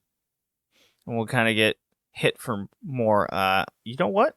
I'm going to play that Mercedes Monet because I didn't have it last time, but I got it today. Let's go.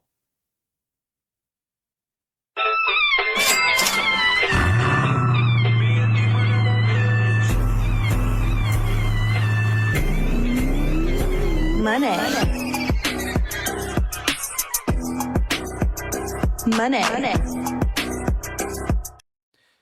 Money indeed. Okay, so we got some stuff to talk about, and really it's a bag of, I don't want to use the word despair, but something that people might find interesting.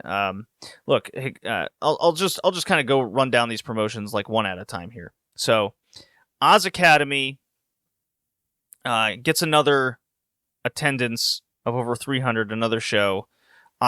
In terms of my stats that qualify for a promotion of like at least getting some sort of buzz, I've explained this a number of times.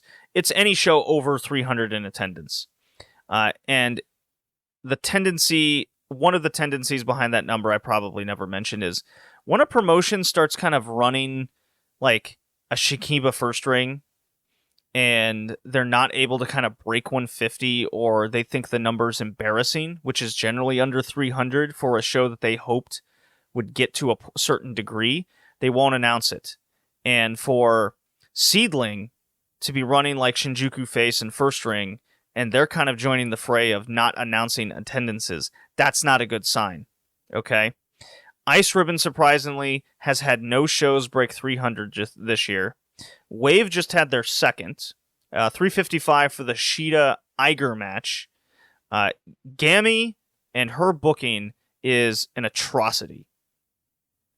There is a reason why she tops out at these 350 numbers year over year. Getting 300 people at Corkin Hall is embarrassing. If Diana can pop a 500 number, you're doing something wrong. And having Iger in the main event against Hikaru Shida, like I mentioned this before, it hurts the drawing power of who you're putting in that position. So if Shida had any semblance of drawing power in Japan still, it's being killed, like, throughout this wave in Ice Ribbon touring. Okay? Not to say that she had a whole lot to begin with, but that's what we're dealing with here. It's always the constant comedy promotion. And here's the other aspect of the Joshi Indies right now. There's twofold things happening right now. There's not a lot of talent. They're not pushing any talent. They're putting men, they're doing mixed tags and whatnot constantly in these promotions. These aren't good signs of a healthy industry. We're seeing more of the men's promotions having a women's match on there because now New Japan has the IWGP Women's title. So we're going to see some following suit there to pop some like buzz in some sort of capacity. But what are we truly seeing like develop in the scene? Does Mayumi Ozaki teaming with Maya Yukihi against like Suwama and Yoshitatsu and insert Unagi and company? Like, okay, that pops you for 5 seconds, and then you never think about the match again.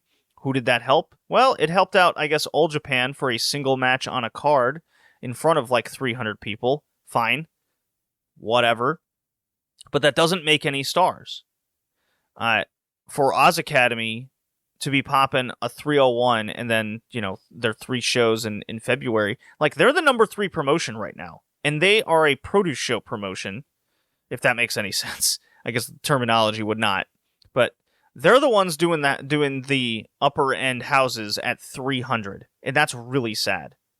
To hear something, to see buzz online with like mixed tags happening in Wave, and them winning and then a mixed tag team winning the tag titles. Like, if everything's going to become Gato move in a ring, that's also not a good sign, because then that means it's also not healthy development for anybody. Just read earlier that Marvelous had the big Takumi Iroha return match, and she got pummeled by Daisuke Sekimoto, who then wrestled in front of like 60 people the next day for Big Japan, whom also aren't doing at all good either, okay? Mio Momono continues her journey of just getting punked out like a rookie, so she's a rookie again. If that's the way they want to play it, then I'm going to treat it like that. And that's, again, not good investment for fans. Like, you just constantly get hit with this stuff. This is not a healthy scene right now, and it's very worrisome, okay? You know what? I'll throw some stats here, because I'm gonna have a indie scene breakdown over the last few years on the Patreon coming up. Patreon.com/RedLeafRetrocast. All things Joshi. Pure J podcast on there once a month. LLPW podcast on there once a month. Joshi 2010's journey through out of the dark ages, but it sure seems like we're kind of in its own weird dark age right now, coming out of COVID. And I've said this on past episodes. COVID is going to, and it hurt these promotions. But what's going to be scary is coming out of COVID when they have to start running all these other buildings again and really starting to draw at least some semblance of a crowd. We're going to see a lot more shows out of Shinkiba First Ring and Shinjuku Face. When the only promotions that are kind of running regularly and it's out of their dojos is Ice Ribbon and Pure J, which I'll be doing comparison notes and whatnot on the Pure J podcast on the Patreon, patreon.com/RedLeafRetrocast. It's really, you got to look at the shows that are out of their dojo, of like how they're doing and what they're doing to improve upon those numbers. And while Wave runs pretty regularly too, but their schedule is like Marvelous, where they could go like a month without a show and then run 2 shows back to back, and then they go 3 weeks without a show, and then they have 3 shows like 2 days in a row, and then they take a day off. They're inconsistent schedules on top of that. It's very perplexing what's going on. And I'll give you another example. When you have all these freelancers, because I saw the latest card announced from Nomads, so they're running their 3rd show, And yeah, it's a straight up produce show. It's nothing different than, say, Colors or an Oz Academy show without a signed roster. It's nothing different than a seedling show. It's the same format. It's the same group of people. They all wrestle each other over and over again. No one goes over. No one gets pushed. No one gets highlighted. You might watch the show and go, yeah, easy to watch. You know, you get your 3, 4, 5 matches. Some of them are tags. You might get a little rookie veteran matchup, but it's par for the course. And it's how did I put it? It's like driving and getting a Kia Optima, you know?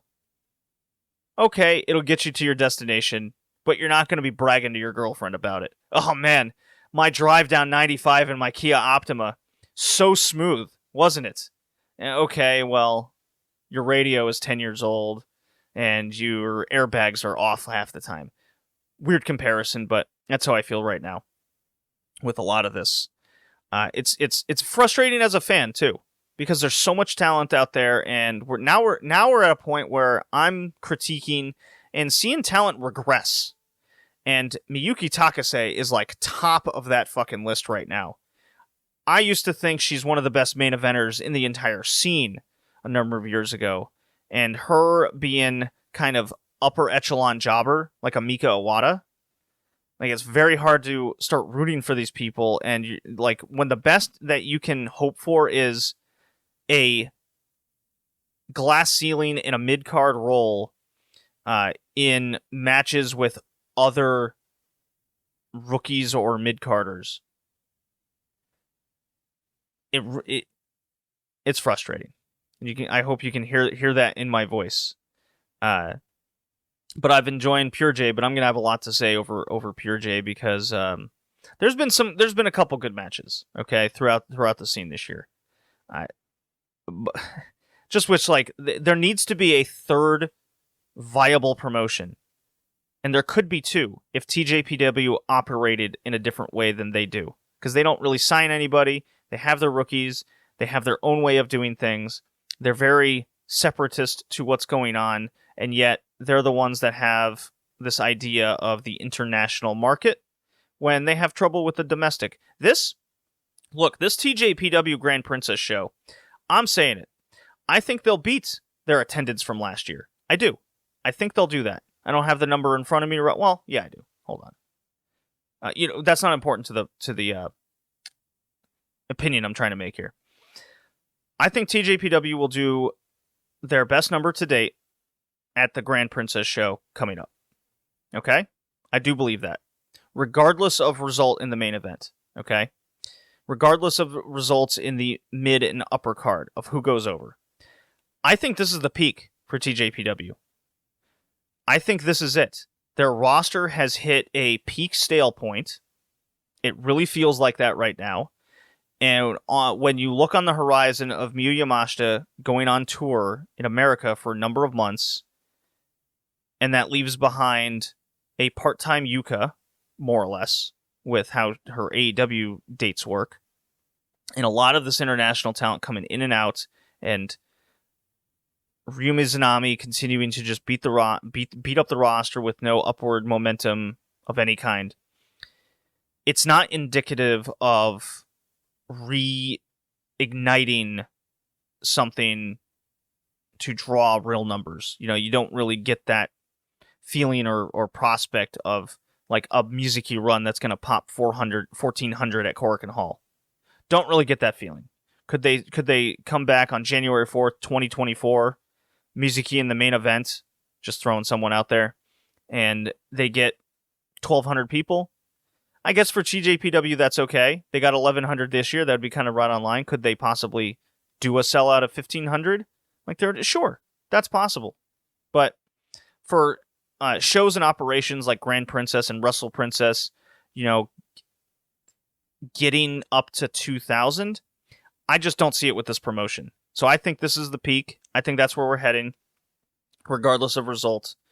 And I think a lot of that is their own doing. And their lack of really capitalizing on the free market that's in the scene. There's a ton of freelancers out there of high talent that they could be paying good money to keep and truly compete and have a healthy, high-end roster instead of doing the same comedy undercard with rookies. I mean, Grand Princess has a panda as one of their big, advertised matches. Yuki Arai is going to get pummeled by a 50-year-old immobile Aja Khan. What? Some people could be into that. I'm not, and it's not indicative of building for the future. Okay. I've rambled on long enough about the Joshi Indies and their struggles. Doesn't look good. We're gonna see Wave and Himika do a little retirement show series. Things are weird. We got mixed tags like infecting the scene. When you got Takumi Iroha getting pummeled by a man no selling, that's not indicative of good signs for the future. I'm definitely worried. Let me play Stardom. I can talk about something that really, really hit well with me. And we'll be able to go forward. Do I want to? No, I don't have that. It would. So Hazuki had a new theme, and I really wanted to latch onto that, but I did not make the drop for it. So instead, I'm going to play Saya Kamatani.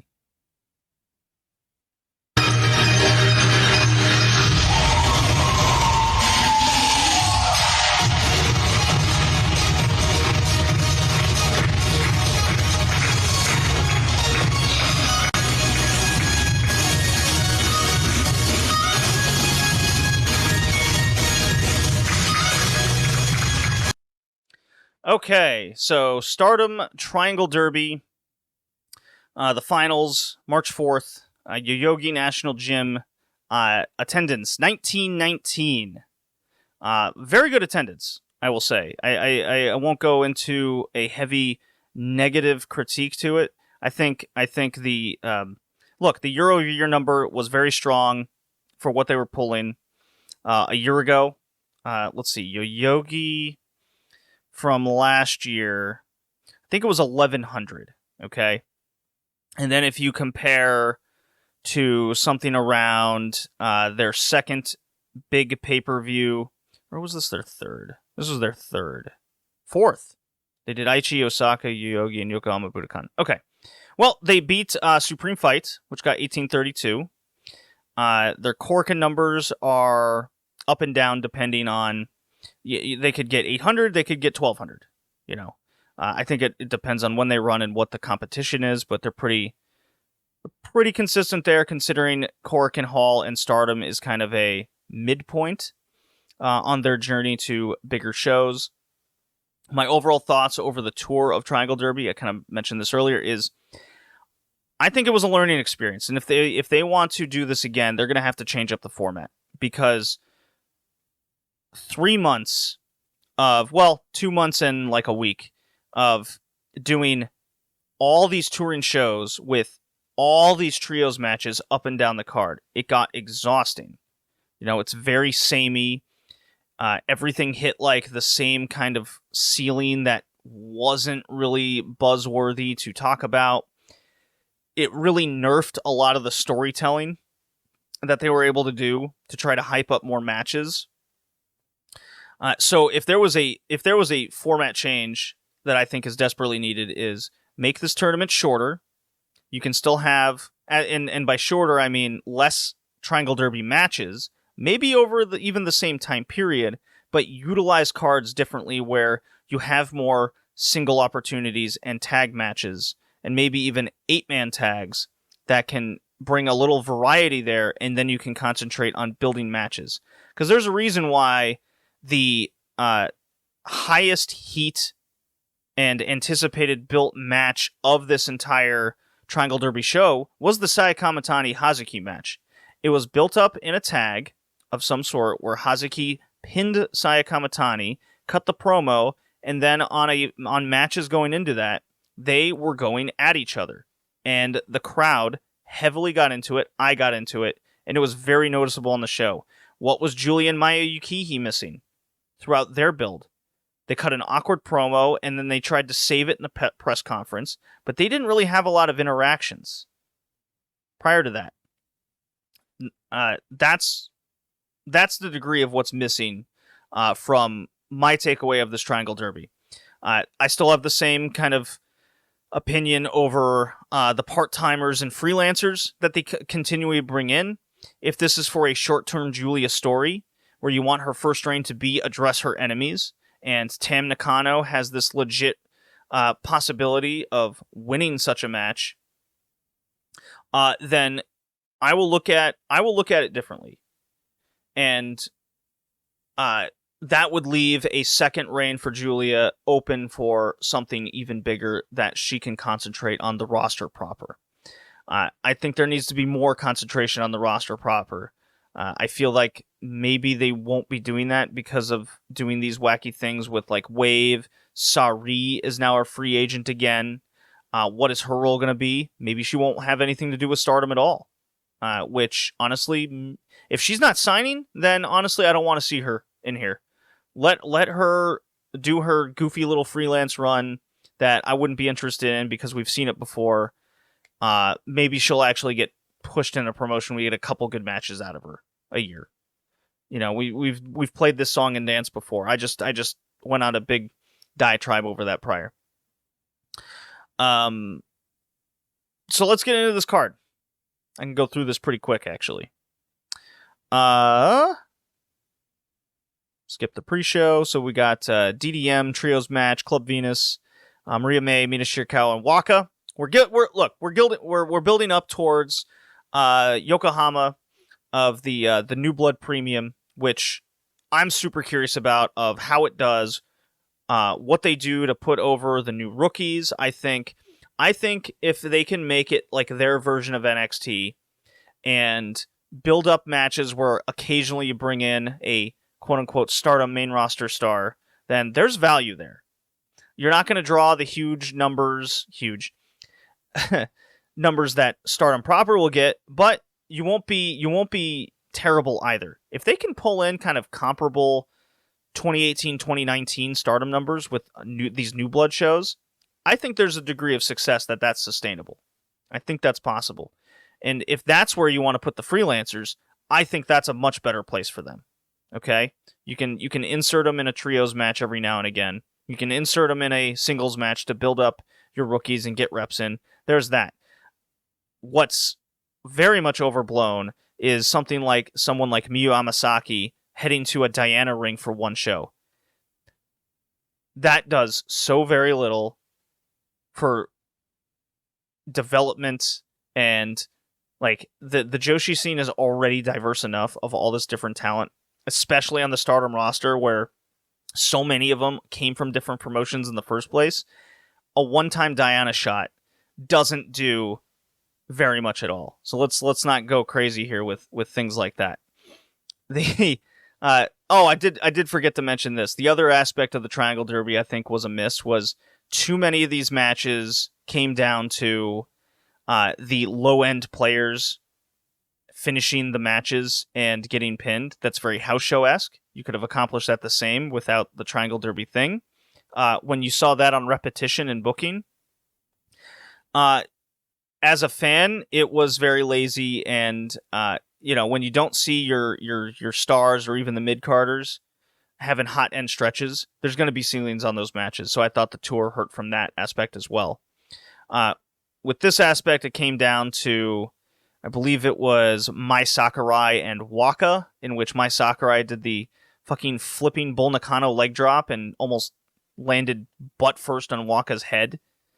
Very scary, but this was a great example of like what most of the Triangle Derby was.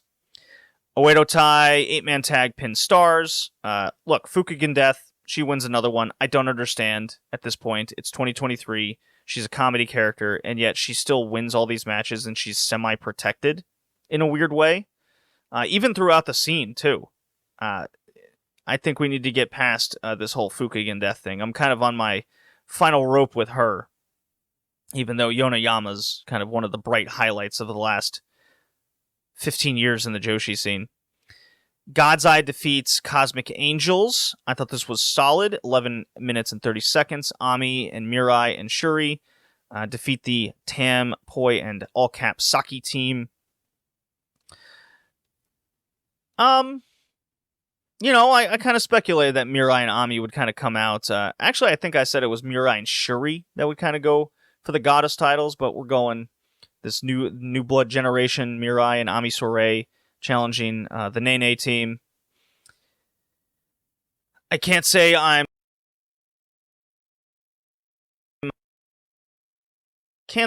too into the idea of that particular team being the one to get put over, but it wouldn't shock me. I'm just like, I feel like I'm just waiting for the banana peel roll-up victory, because I think it was just on the Oz Academy show YUU got banana peel rolled up to lose the tag titles over there with Chihiro Hashimoto. Okay. Ice Ribbon Quitters Trio, Kurumi, Sarah, Suzuki, they defeat the NSA team. Yuna Mizumori had a hot finish, so at least that was the highlight of that there. I don't even know if they're called Neo Stardom Army. I think it's just 7-Up and Friend, because we haven't heard like any inkling. I haven't heard like commentary talk about it either. I think it's goofy people in hats that have no style, and they come across as indie dorks. I am not into this team. I continue to just not like their matches and the no selling and no bumping. But we got the Ice Ribbon Hardcore team taking on God's Eye in the finals of the show. They put the title on the line, so hey, a little one show story there. Kind of defeats the purpose of the Triangle Tournament then, if you're just throwing up the title and you're in the finals. Anyways, Chihiro defeats Himika in like 8 minutes. Kind of a nothing match. She did like one suplex and one powerbomb and then put her away. And then talked shit to Shuri. We got a match. We knew where this is heading. Actually, I will defend the build of Chihiro Hashimoto. I did last time. This is another good example that Himika's on her way out. She gets punked out. Chihiro talks shit. There you go. More of this. There needs to be more hatred in Joshi wrestling. More like rivalry type stuff rather than I want to be friends. Don't hate me. Like, no. Hate. I want the hate. Get my blood boiling. There's a match later. We'll get into that. Saya Kamatani Hazuki, 22 minutes, 48 seconds. Big Dave Meltzer went 4 3/4 on this fucking match. This was phenomenal. Saya Kamatani made everyone eat their lunch. Hazuki, there was multiple instances where the crowd and myself really bought into Hazuki winning this thing. This is what I was talking about. There comes a time, and it was immediate, that once Saya Kamatani beat the record and beat Momo Watanabe, every single person now, you just get it in your head that it's possible she could lose. When Hazuki picked this woman up for the brainbuster, and then she was stalled in the air, the heart in everybody sank and went, oh, here we go. Bang. That is just utilizing a heavy, strong champion with a good challenger that was built up on tour. Great example of this. And Hazuki continues to be one of the best working women in the world. She is a phenomenal talent. I need her in something big. More of this. I don't have the answer, because Stardom is so well off in like a top heavy roster where anybody can fill in. Would it be the worst idea if Hazuki teams with like Mayu and they're busy with the Goddess titles? I think that'd be a good little change of pace. It'd be a cool little super team that would put on good tag matches finally. Where does Saya Kamatani go after the finishing stretch was incredible. It just built and built and built. And Mina Shirakawa comes out. Kamatani wants that rematch. This is a great place where we're heading here. It's going for the big March show, or April show, whichever. And this is good booking to me. This did everything well up to the point during the match and now the post for the next challenger. We all buy into it. And I think Mina Shirakawa can win this thing. And I think her reign should be like a month or two. And that's okay. I love what Mina Shirakawa has done. She's really built up her own like brand within Stardom so well. She's a great promo. I mean, just something simple at like the press conference for the Cinderella, which who the hell knows who's going to win that this year? Got no clue. Pick a random name out of a hat and hope it's not Natsuko Tora, basically. When she's cutting double promos and speaking for Maria May and then going us to a child, I'm wanting this child to pull a reverse MJF and throw tequila on them. It's really good. I hope Mina Shirakawa wins this thing. Sai Kamatani can get downcycled, take some time off. Her spot in the roster can go to a number of different roles as she kind of heals up and relaxes for a period of time. Meanwhile, we've waited too long on Utami Hayashishita. She's on the pre-show of this show. She's not doing much. We need something big in 2023 at this point with Utami. Her chasing the Wonder title would be a good story to do. Hell, have her beat Mina. Have her win. You know what? Have Utami win Cinderella and she beats Mina for the title. How about that? I'm into that. Let's do something like that. I'm really curious what Stardom does with the Wonder title going forward. Azumi Starlight Kid, 17 minutes, high-speed title match. Big Dave went 4 3/4 there. Sai Kamatani Hazuki is my women's match of the year, and it's like not even close. Azumi Starlight Kid, this is incredible because I had it ranked on the same level as the couple World of Stardom title matches that we've had this year. And I honestly thought this Azumi Starlight Kid match was better than their high-speed gimmick match last year. It was focused on all speed and lucha libre. This was a little bit more grounded, and honestly, this is what I've wanted to see out of Azumi for the last couple of years that I've been preaching about. She needs to now develop her high-speed style in a way that's indicative of getting into main events and semi-main event roles. No more of the gimmick 6 and 7 minute matches. The 17-minute match of her focusing, and we see brief periods of this in the 5-star Grand Prix, where she capitalizes on the arm work and the different leg work and short bursts of speed that create more. I think it creates a little bit more drama and intrigue in the match. That's why I like this one more than the one last year. The last year one was definitely more gifable. I think this one was much better worked and more intriguing and gave me a big boost of hope for Azumi in the future. This was good.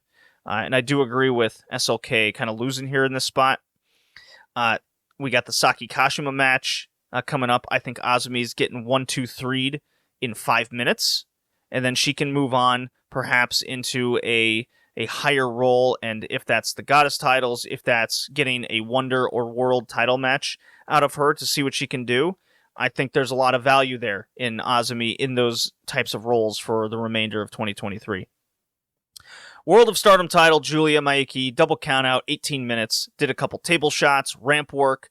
Dude, they brawled for 18 minutes. There was one pinfall attempt apiece from either of these two. It went into the story of their hatred, their past. Big Dave went 4.5 there. I'm kind of right there with him. Maybe a little lower because there's a couple aspects that I'm a little worried about. If this double countout finish with Maya going, you know what? Didn't win the title, but guess what? You didn't beat me. We just beat the shit out of each other. Julia's back is bleeding through the war they went to. They're throwing each other through chairs. It was very Cork and Hall, Shinobu Kandori pummeling through the crowd type match that I like seeing. The problem is we need a rematch. And I interpreted this move as Hatman booked this with the full political knowledge that these two maybe hate each other. And maybe they do. Good. We need more of this. This is what I was talking about. We need more of actual viscerosity. Is that a word? Sure. Between wrestlers. And this was a great example of getting something different out of this. So if the idea is all the fans know of the political discourse between Ice Ribbon, Maiki, and Julia, Okay? And if they use that to put that into the story of a double countout, fine. I got no problem with that. You're kind of working us, work me, right? If there is no follow-up, let's say by the end of the year, this might not be even solved in the next year, okay? But I'll give you an example of what does work. Julia can lose this title, and then they have a rematch, and there's no title on the line, and they do something out of the line of Akira Hokuto and Kandori, okay? Maybe they can even do 3 matches. They do 1 this year at the end of the year, and then they have another rematch a year from now, okay? And they do a third one, a rubber match, where Julia, well, it would be then 1-1-1, but everyone comes off as kind of equal there, and Julia wins the last match, finally gets one over on Maya, okay? This needs to be a rivalry we revisit. If we come back at the end of the year and we haven't had any inkling of them going to go at it one more time, then, yeah, the political stuff is nonsense. And when I'm seeing Mayuki lose to Chris Brooks in a fucking bar in front of 25 people, well, clearly jobbing isn't the problem, okay? Do business, make money, and me as a fan, I want to see you guys fight, okay? Put your bullshit aside. Also, work my ass. I love that. Love this match. But I reserve the right to critique it as time goes on, and if we don't see that follow-up, then this match will go down my list. And the final match, I don't have much to say over this. The Ice Ribbon Hardcore team wins. Nice little match. Big Dave went 4 stars flat. I didn't go that high. Nice little trios match. I went 2 out of 3. Never really reached that high. The champions win. Okay, so now we get the Queen's Quest team kind of challenging them. I forget where that's going to be. It might be Yokohama or something, but yeah, just kind of it's kind of a wet fart when it was all at the end, and you're like, okay, the Mirai Suzu Suzuki finish was good. Maybe we could have done some more like Shuri Risa Sarah. We had some good clotheslines between Karumi. She's looking better these days. Maybe her ACL won't get blown out in 2 seconds this time. I'm really glad this sector is over, and we got some of the best matches of the year out of this, so that is a big positive. Stardom is still drawing pretty well. I was talking to a few people who were worried that they might not even break 1,400 for this show. I'd still like to see those 2,000 plus numbers. I'd like to see that kind of growth, but we're clearly still hitting a ceiling that it's tough to break through. And honestly, I think these interpromotional things are kind of holding them back to a degree. Maybe once we get past this anniversary stuff, and I'm starting to see like Nene and company taking bookings outside the schedule of Stardom, that we'll get back on track to what we can do and build within this roster and get those rivalries going. And where is Mercedes Moné going to fit into this with Hazuki and Azumi going through that? I like Hazuki kind of shoehorning her in. And I wouldn't mind if Hazuki just has like a singles match with Azumi, punks her out, and then takes the Moné match. Wouldn't mind that. Okay, Stardom. I'll talk about the Korakuen Hall show with the Wacky Tora Nene main event there. The tag titles. Main event Ruaka. It's kind of weird to say, but I'll be next time. Along with anything else that might come up. That does it for the Joshi.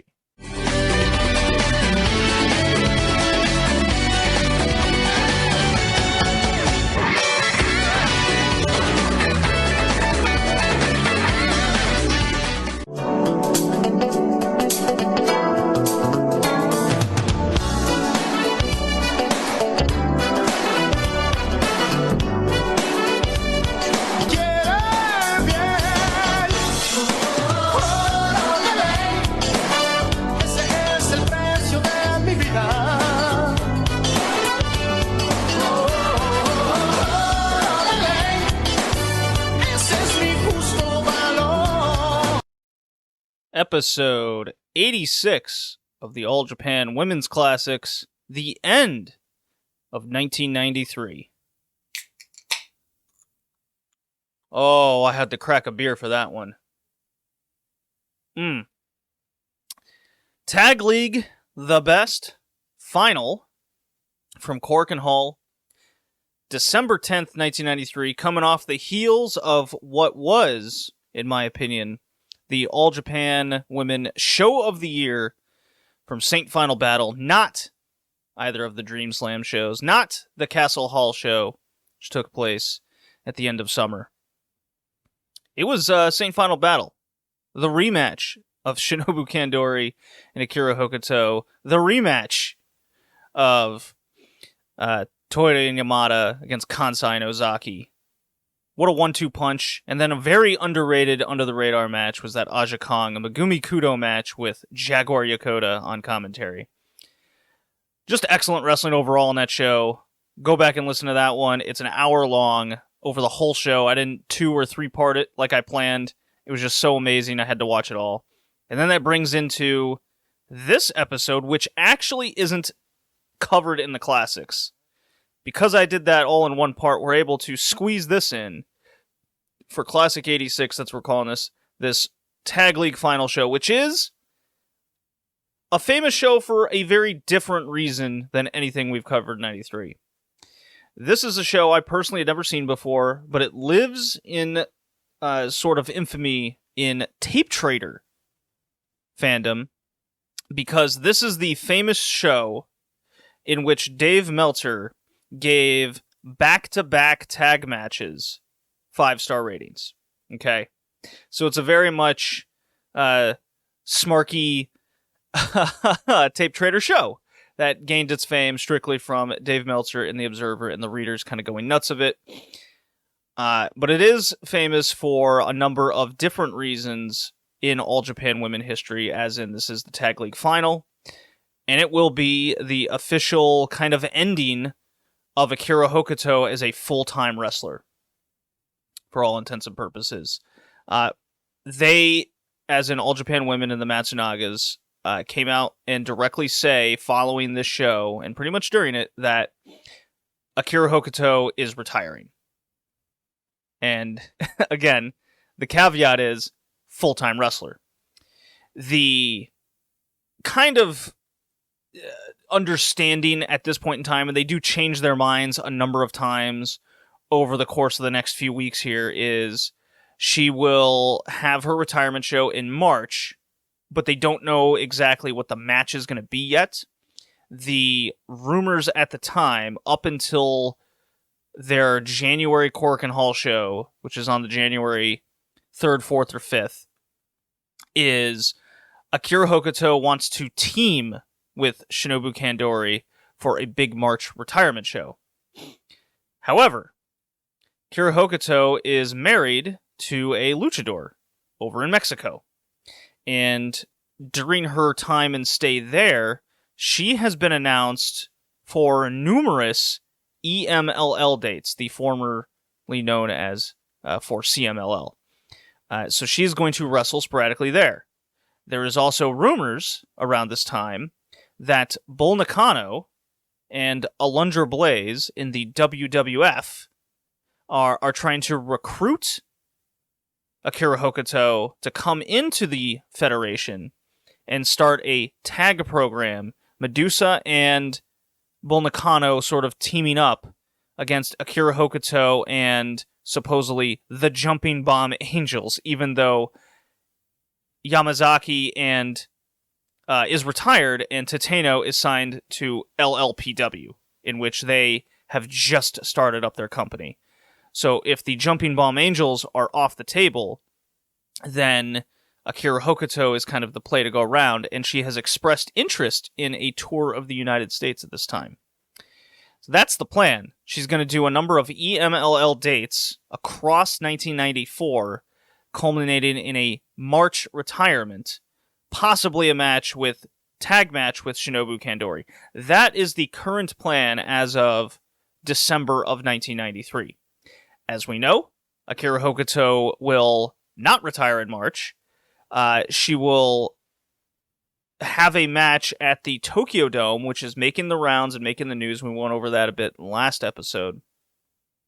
That will be Akira Hokuto's swan song, is her in the main event against whomever the champion will be, and it's penciled in as Aja Kong. Okay? Now, we can go, as we'll get closer to that Tokyo Dome date, and I can tell you right now, we will not cover that entire Tokyo Dome show. There's no way. Half those matches are shoot fights and wrestling, and there's a million other podcasts that have covered the Tokyo Dome show in its entirety. There's even a podcast out there that pretty much has dedicated an entire series over that particular show, because it's like a 9-hour thing. We'll cover that way differently in a much shorter span. I'm sure the classics will split that up into 9 parts, but don't worry about that. But that goes, just me briefly saying that, goes into kind of what I've been saying about 1993. You will read blogs and listen to people that I think don't have the context to what actually happened in 1993, going show to show to show like we have. Akira Hokuto's the star. Akira Hokuto is the ace of this promotion. She's one of the biggest stars in wrestling. The entire year is around an interpromotional war, and essentially Akira Hokuto and friends of AJW beating some ass of JWP and especially LLPW and FMW. Okay? JWP gets their licks in every now and again with the Ozaki Kansai thing. That's the biggest example. And Kansai is certainly a protected act. I mean, hell, AJW ran their own awards at this time and announced that Aja Kong and Kansai was their match of the year. Okay, so that tells you kind of all you need to know about how even the AJW looked at that matchup and Aja Kong going up against other big people from other promotions. But make no mistake about it, Aja Kong is not the star of this promotion right now, despite her having the title. It's Akira Hokuto, and then it's everyone else. Manami Toyota got into a lot of main events with Yamada. They were a big focal point of 1993, and we discussed that kind of on the side with the Observer Awards of what 93 was. Manami Toyota is the one that got a lot of recognition, not Aja Kong. So we're still waiting on the Aja Kong breakout of who she was, and that we hold her in such high regard. She's still kind of a background character to a lot of people in this promotion. I would even go as far as saying Yamada and Kyoko Inoue at this point in time are bigger stars than Aja Kong. Now, am I saying Aja Kong was not booked strong and put in big matches and she delivered for the crowds? No, I'm not saying that. She absolutely did. I'm just making an argument that they still hold her in a high regard, but they're not putting her in the position to be in main events and carry the promotion yet. Okay? But this episode is mostly about this tag league final and the booking around it and the phenomenon, I'm saying, of Akira Hokuto. I can't stress how incredible the last 3 years this woman has been. Through injuries, through grit, through grime, this woman just simply defined wrestling and defined women's wrestling.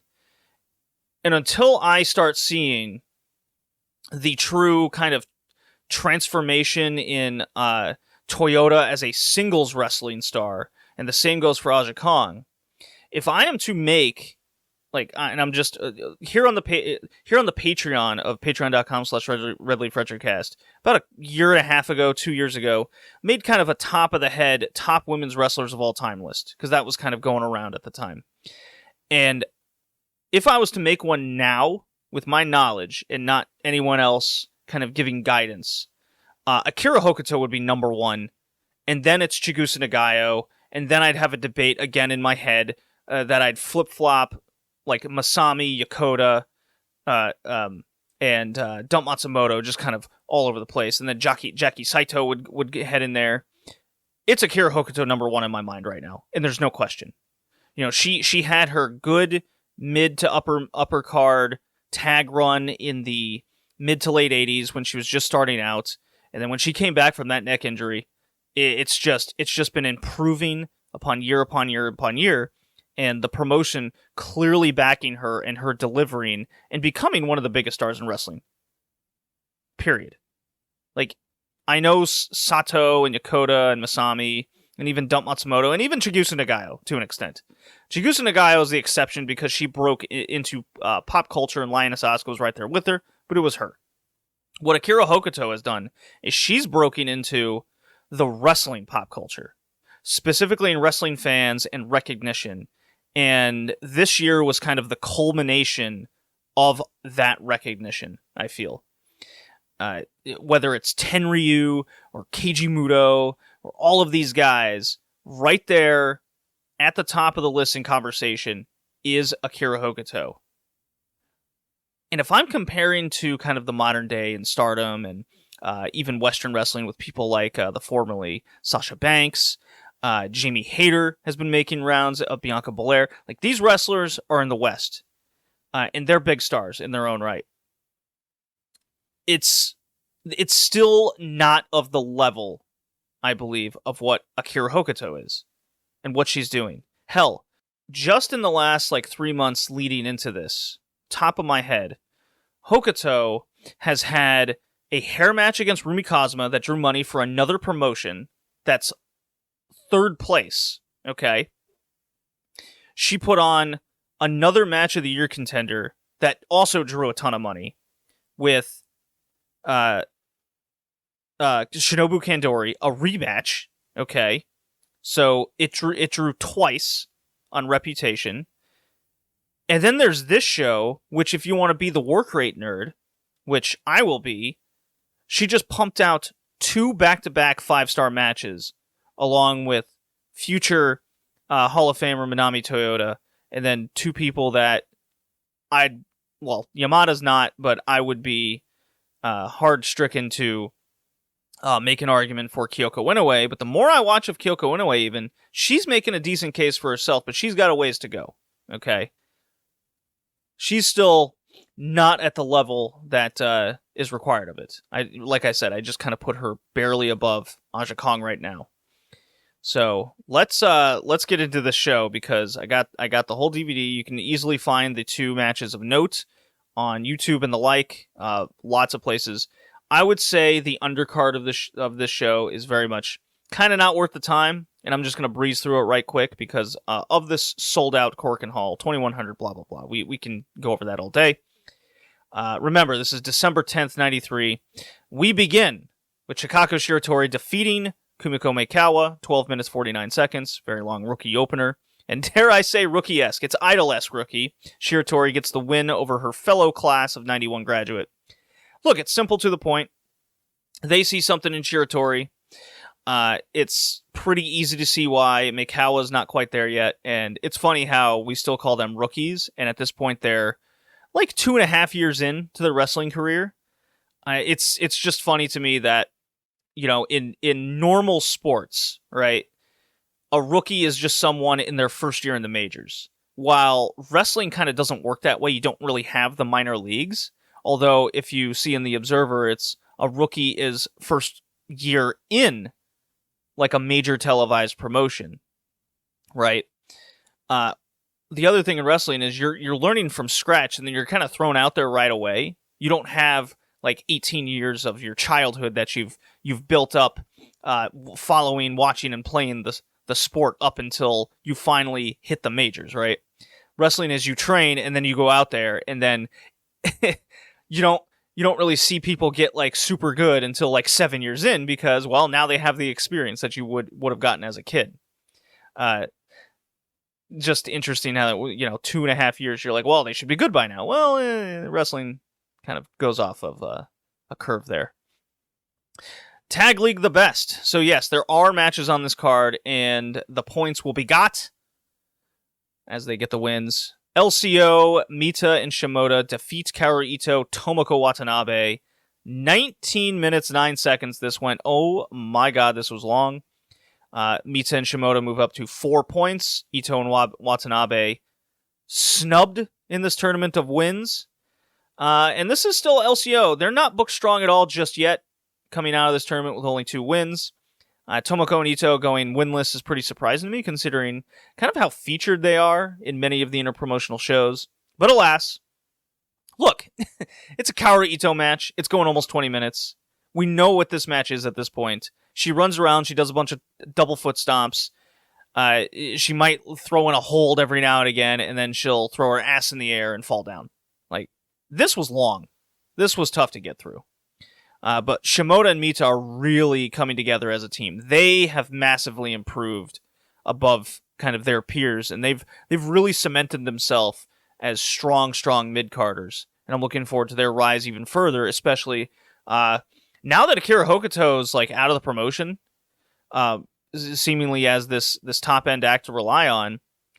It's going to be very interesting in 94 and 95 especially, like what the moves are and how they get to those points of who they start featuring higher up.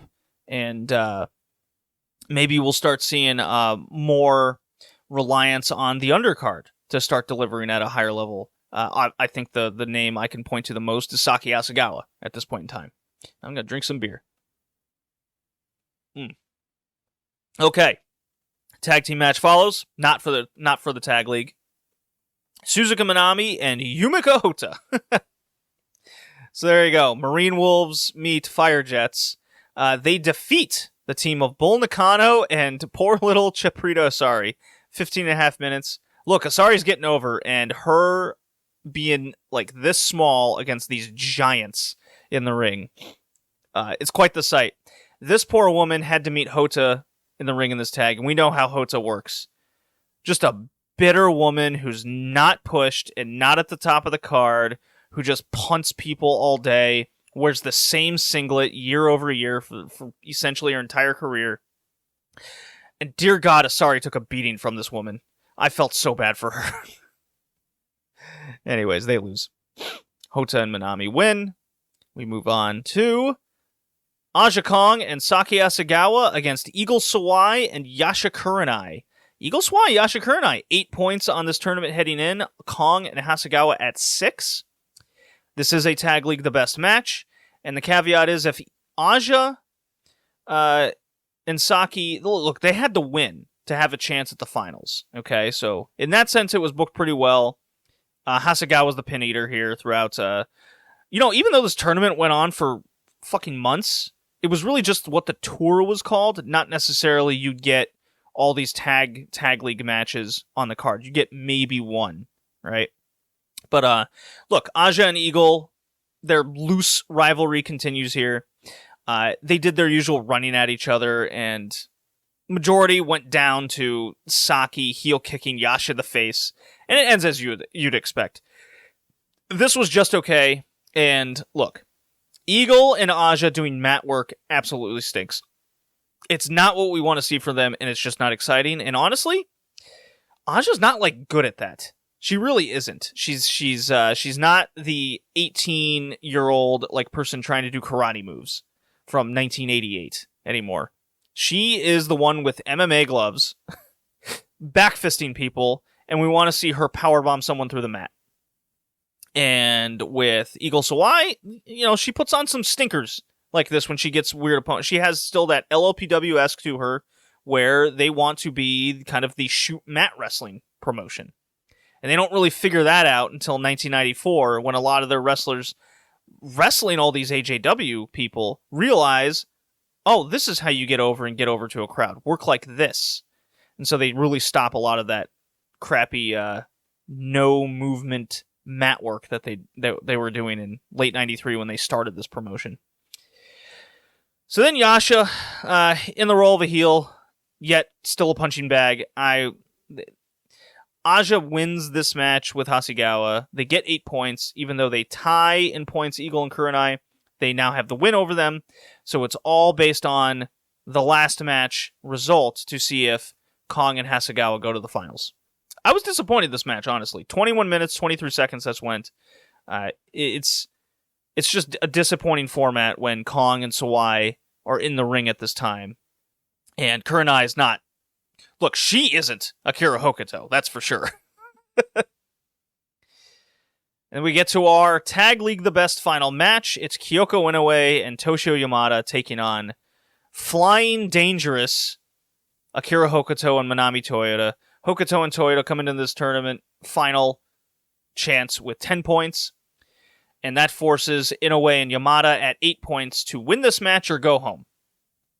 And if they win this match, they'll be at 10 over Kong and Hasegawa. So if Toyota and Hokuto win, they will go on to face Kong and Hasegawa. So multiple times in this match, they show Kong and Hasegawa kind of hanging out in the stands of Cork and watching on anxiously to the result. The bout goes 15 minutes, 36 seconds. And the story here for Kyoko and Yamada was the same as Kong. Win or go home. If they win, okay, they tie at 10 apiece, which means, and this was unknown to the crowd, and seemingly, according to the wrestlers involved, that they didn't know that they would have to wrestle again. I tend to believe this was an absolute work on the wrestlers' part. I believe the fans didn't know how this was going to be, because they reacted heavily to the announcement of, we're going to do the finals right now.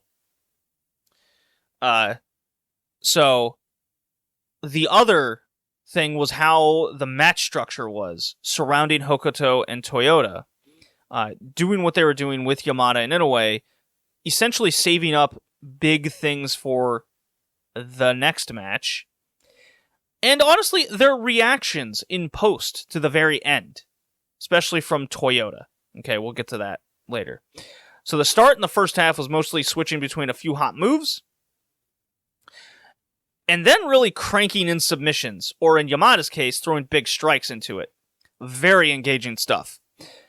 This was your kind of slow build. Imagine this was actually like a 32-minute match, okay, altogether. When we got to the 9-minute mark, Hokuto comes in for as close to a hot tag you'll see in Joshi.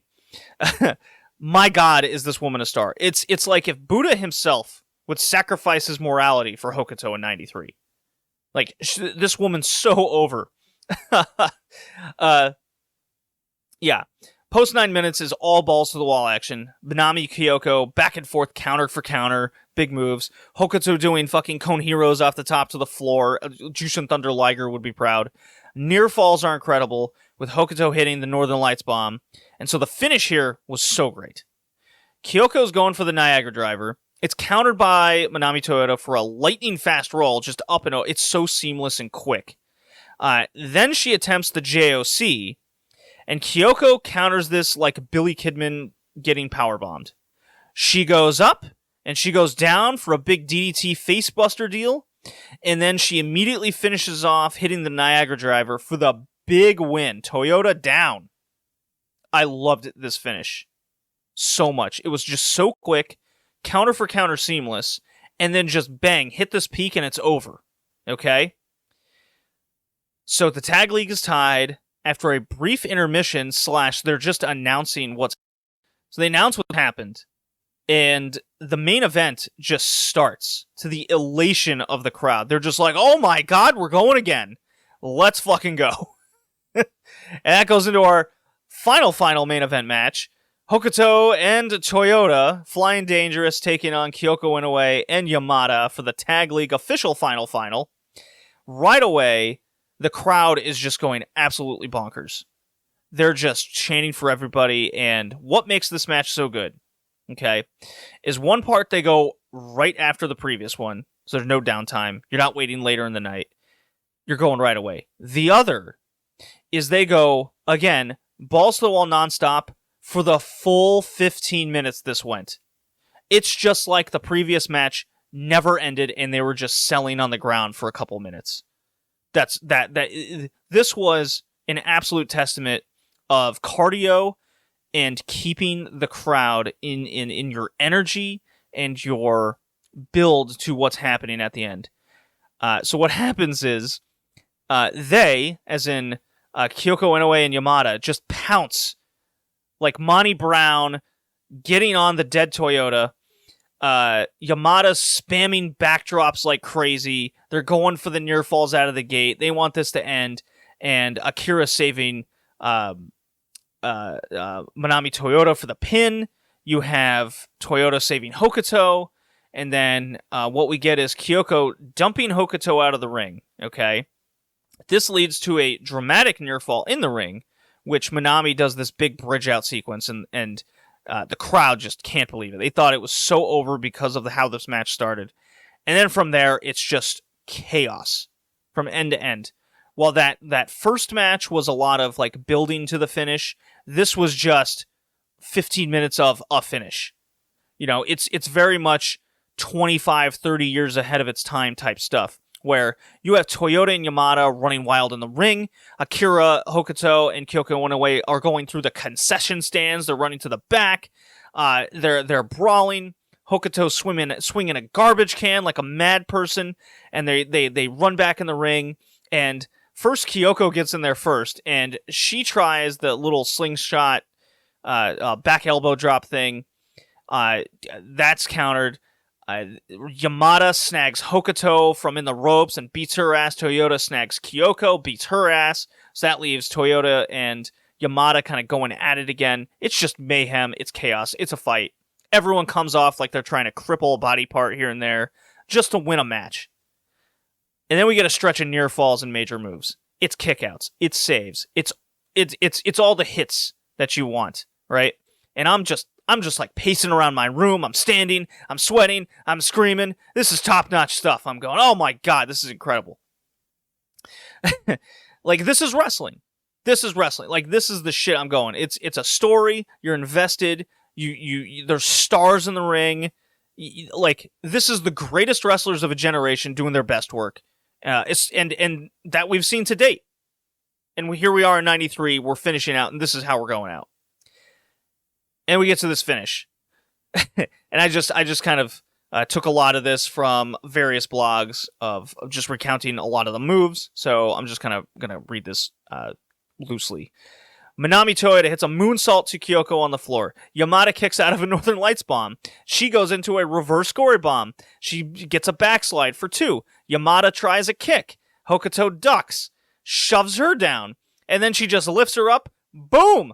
Northern Lights bomb, 1, 2, 3. Flying Dangerous wins this fucking tag league. 15 minutes. Wow. Wow. You know, Big Dave and a lot of people gave that first match 5 stars. Okay. I'm of the mind it's like 4.5, 4.25. Okay. You know, I must have hated it. When you put in the context of the back-to-back, the tag league, them going like this, in the full context, yes, absolutely 5 stars. I have no argument for that. This is what I live for. It's this shit. People point to the Dream Slam tag match, as the best tag match of the year. It won match of the year in the Observer. I'd point to the rematch was even better. I point to the Kandori Hokuto. Well, no, I would say the first one was better than the rematch, but the rematch was still incredible. I think this is the tag match of the year. I like them more than the Kansai Ozaki matches. Because this was for the tag league. The tag league was not at its best advertised, I would say, and best covered for 93, but the ending was incredible of what we got here. And look, Toyota and Yamada just won back the tag titles like a couple days prior, and now they're enemies in the finals. That's super interesting to me. It's just you want the biggest purse, you want the money, interpromotional pride is on the line, all kinds of there's a lot of kayfabeness that you can get behind here that I really enjoyed. So finally, we're in the post match. Akira Hokuto and Manami Toyota are awarded these giant trophies, as is tradition. And Toyota is literally just bowed over, her hair is in front of her face, and she's just crying her eyes out. Because she knows this is the end for Akira Hokuto. And Akira is just so being a wrestler where she's not showing any sort of remorseful feelings about anything. She's holding her own, and she's got her hand on the back of Manami's like head and neck, just keeping her bowed in position before she can collect herself and show that she is tough, ready for these picture moments and being presented with, the check and trophy and all that. All while Kyoko Inoue is toasted in the corner, selling like it was Yamada toasted in the corner, selling like she just had her neck broken, and they're stretchering her out of the ring. It's very different, sort of side from Akira Hokuto, kind of knowing she's done, and she's just being very humble about the victory, because usually she's like talking shit, spitting, snarling, slapping people on the ground after she had already won, points up at the heavens kind of stuff. She's just all business. And then Yumiko Hota. Look, all the people like come down the ring, and Hota, of all people, not to be outdone, jealous of everyone being over and not her, she leads the AJW chants, Zenjo, Zenjo, Zenjo. It's her. She's got the mic, while all these people are like, yeah, we just put on 2 5-star matches. What have you ever done? Yeah, and now Hokuto and Toyota are still in just this deep out position, like full, like right angle, most respect to the crowd. Manami Toyota really never like leaves this position except to be presented with the trophy briefly and bowing in respect to her teaming with Akira Hokuto and what this is like. It clearly means a lot to her. So Hokuto hangs around again. She bows. She cuts a promo where this is where she gets like choked up a bit, and she really makes it feel like this is the last time she's going to see people in Korakuen Hall. And all while this is going on, you see Shimoda and Etsuko Mita and Suzuka Minami kind of in eyesight of the camera, and they're fucking crying. We saw it with the Kandori match where she got punched out, knocked out, and they're like being held back from running into the ring and crying LCO because they know it's the end, or at least they think it does, and this is definitely the end for kind of their LCO leader and Akira Hokuto, one of the greatest of all time. Like, she only wrestles, I think, like 160 matches over the next 10 years. It's like 12 to 16 matches a year. So she's like a once a month attraction, maybe twice. When Gaia pops up, she kind of just really sticks there with Chigusa Nagayo. AJW is going through financial hell, couldn't really afford her kind of situation. It's going to be a very different light in how we look at Akira Hokuto post this run. Because she was a full-time wrestler, she's done so well, and she isn't going to have that Bull Nakano schedule. It's going to be truly part-time. Bull Nakano's part-time is not wrestling 200 times, she's still wrestling 100 times a year, right? We're not getting that. What we're getting in 94 is now the official part-time Akira Hokuto journey. Bull Nakano is going to be gone, doing WWF.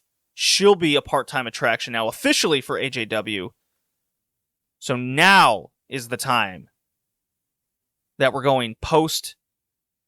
We're essentially leaving the 80s officially behind, is what we're doing. The stars of the 80s are gone. They've put over the necessary talent. Bull Nakano with Aja Kong put her in that position. And Akira Hokuto with all these feuds, and with Manami Toyota especially, and getting her to this position. Like, it's a different sort of getting others over. And there's always time for her to lose, as we know, for later. And that's going to be a different aspect of what we'll look at with Akira Hokuto. She finally reached the top, and she never really... Like, this is her peak and biggest push, right?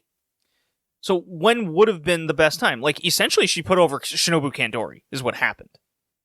Like, Kandori became one of the biggest stars in women's wrestling because of her feud with Hokuto, and Hokuto losing the way she did to her.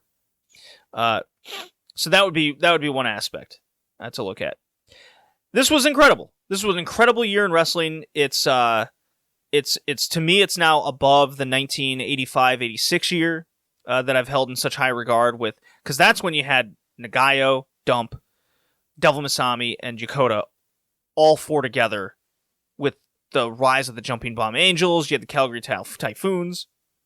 They're different sort of era. And now we have this 1993, which is another completely different era. And I'm putting this officially above that. It's my favorite year in women's wrestling, and we're moving on to 1994.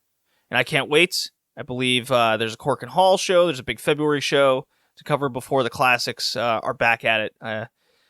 They go at it in March, and that's, I believe, the Akira Hokuto quote-unquote retirement tour start. That'll do it. What a year.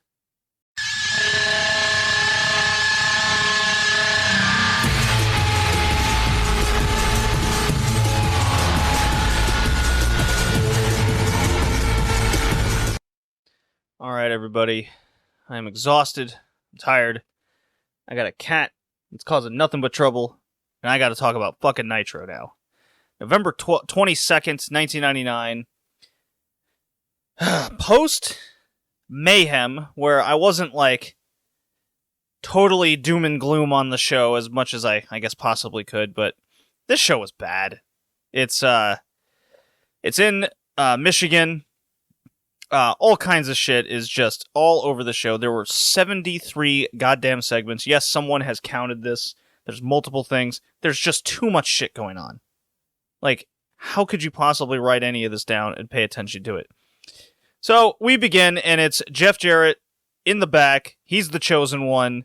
Slap nuts. I'm already hating this. Bret Hart gets in the ring. There's the Outsiders. They want a Goldberg match, and then later in the show, so they book a tag. They do shtick between Nash, Hall, and Hart.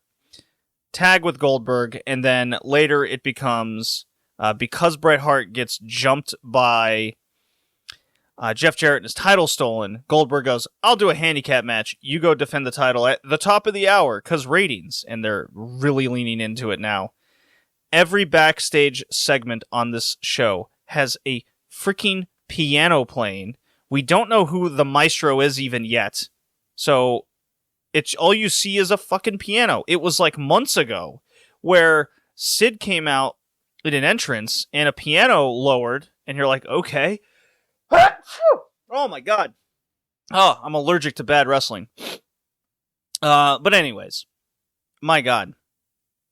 Let me just go through this fucking review here. We got Tony Marinaro with Big Vito and Johnny the Bull because they want to kill Disco Inferno, put him 2 feet under, 3 feet under, 6 feet under.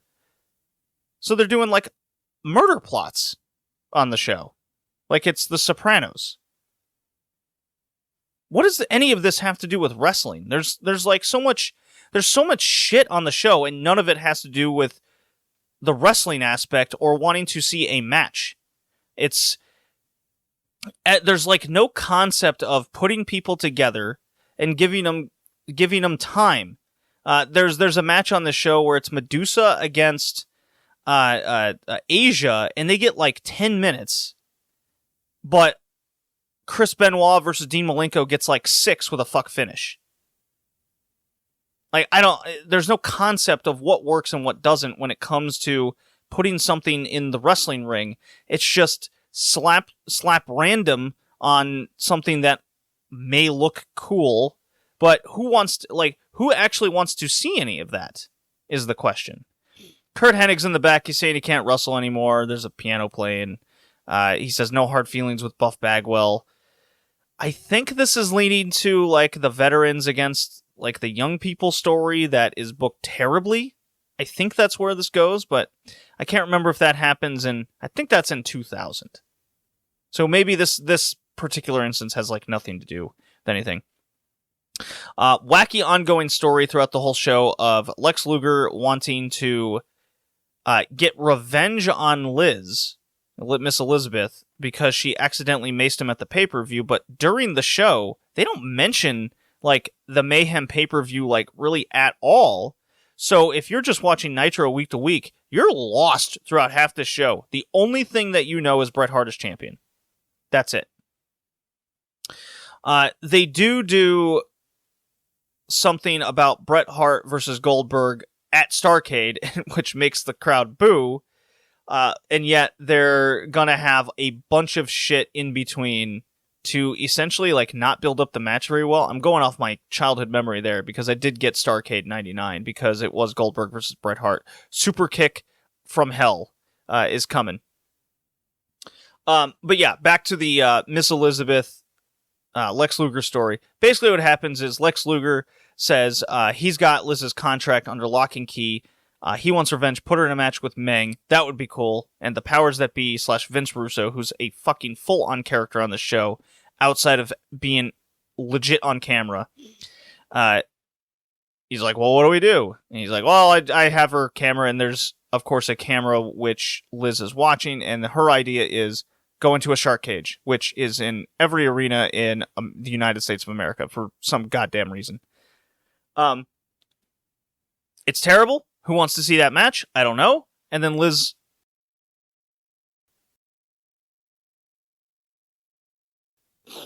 Oh, I'm like losing my mind here.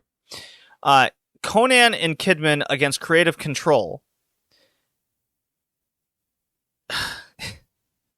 This is ridiculous. So they're having, I guess, a match.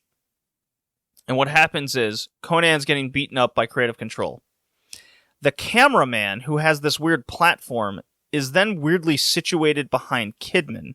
And he's like leaning back, and you at first think, what the fuck is with the camera work? Well, it's so they can get a shot of Kidman from behind looking at the big Titantron to see Eddie Guerrero flirting with Torrie Wilson in the back. And then Kidman gets mad, and he leaves the match, and Creative Control pins Conan. Oh. Didn't mention that these were for the tag titles. Creative Control are the new tag champions. Great. They're doing an angle still with the Nitro girls, and they're feuding. And now it's going to be Spice versus Tigress in a wrestling match.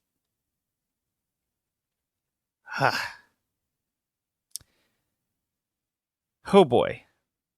Let's see. Norman Smiley cuts a promo, then he gets beat up by Fit Finlay, who almost got his leg amputated. Evan Courageous versus Saturn. This was another like terrible thing with Medusa and seducing... Oh, that's right. Buzzkill is out here, in which Heenan says, how do you do, Mr. Kill? I did laugh at that.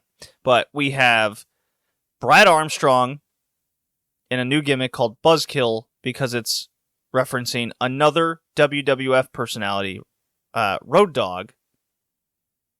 So now we're just filling the show with knockoffs of WWF. Could you make your show look more minor league?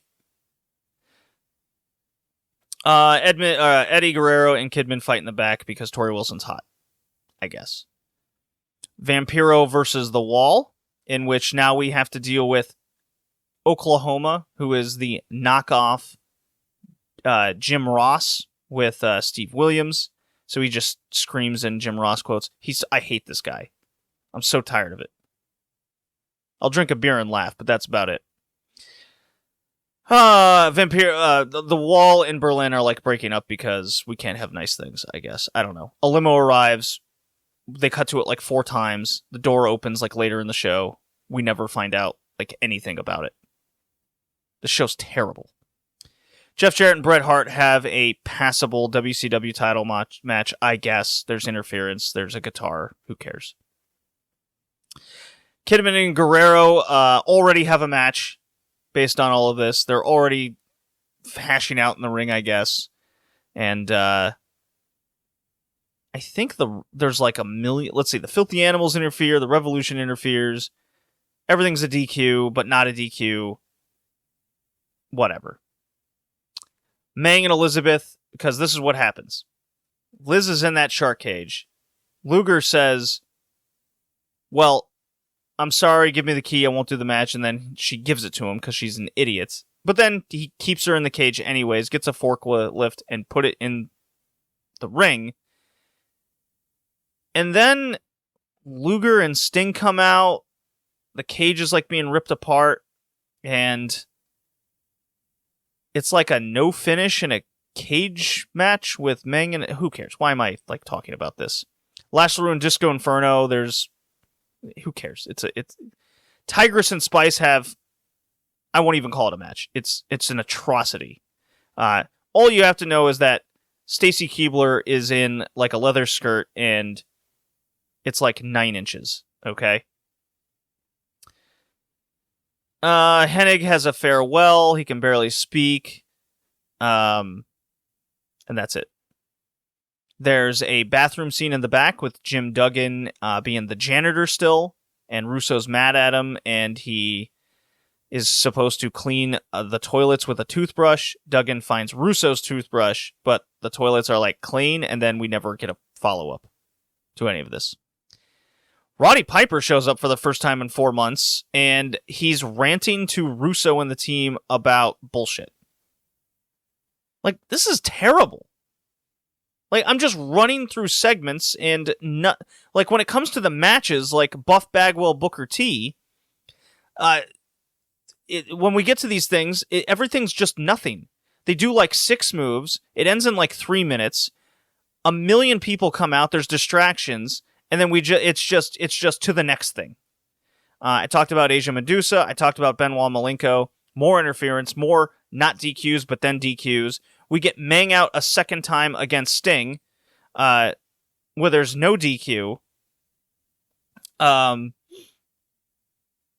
There's more Liz in the mace can. A lot of people walking in the back. Outsiders versus Goldberg. Nash has the TV title now because Scott Hall has both the TV and US title, but Nash is like, give me one of them or some shit.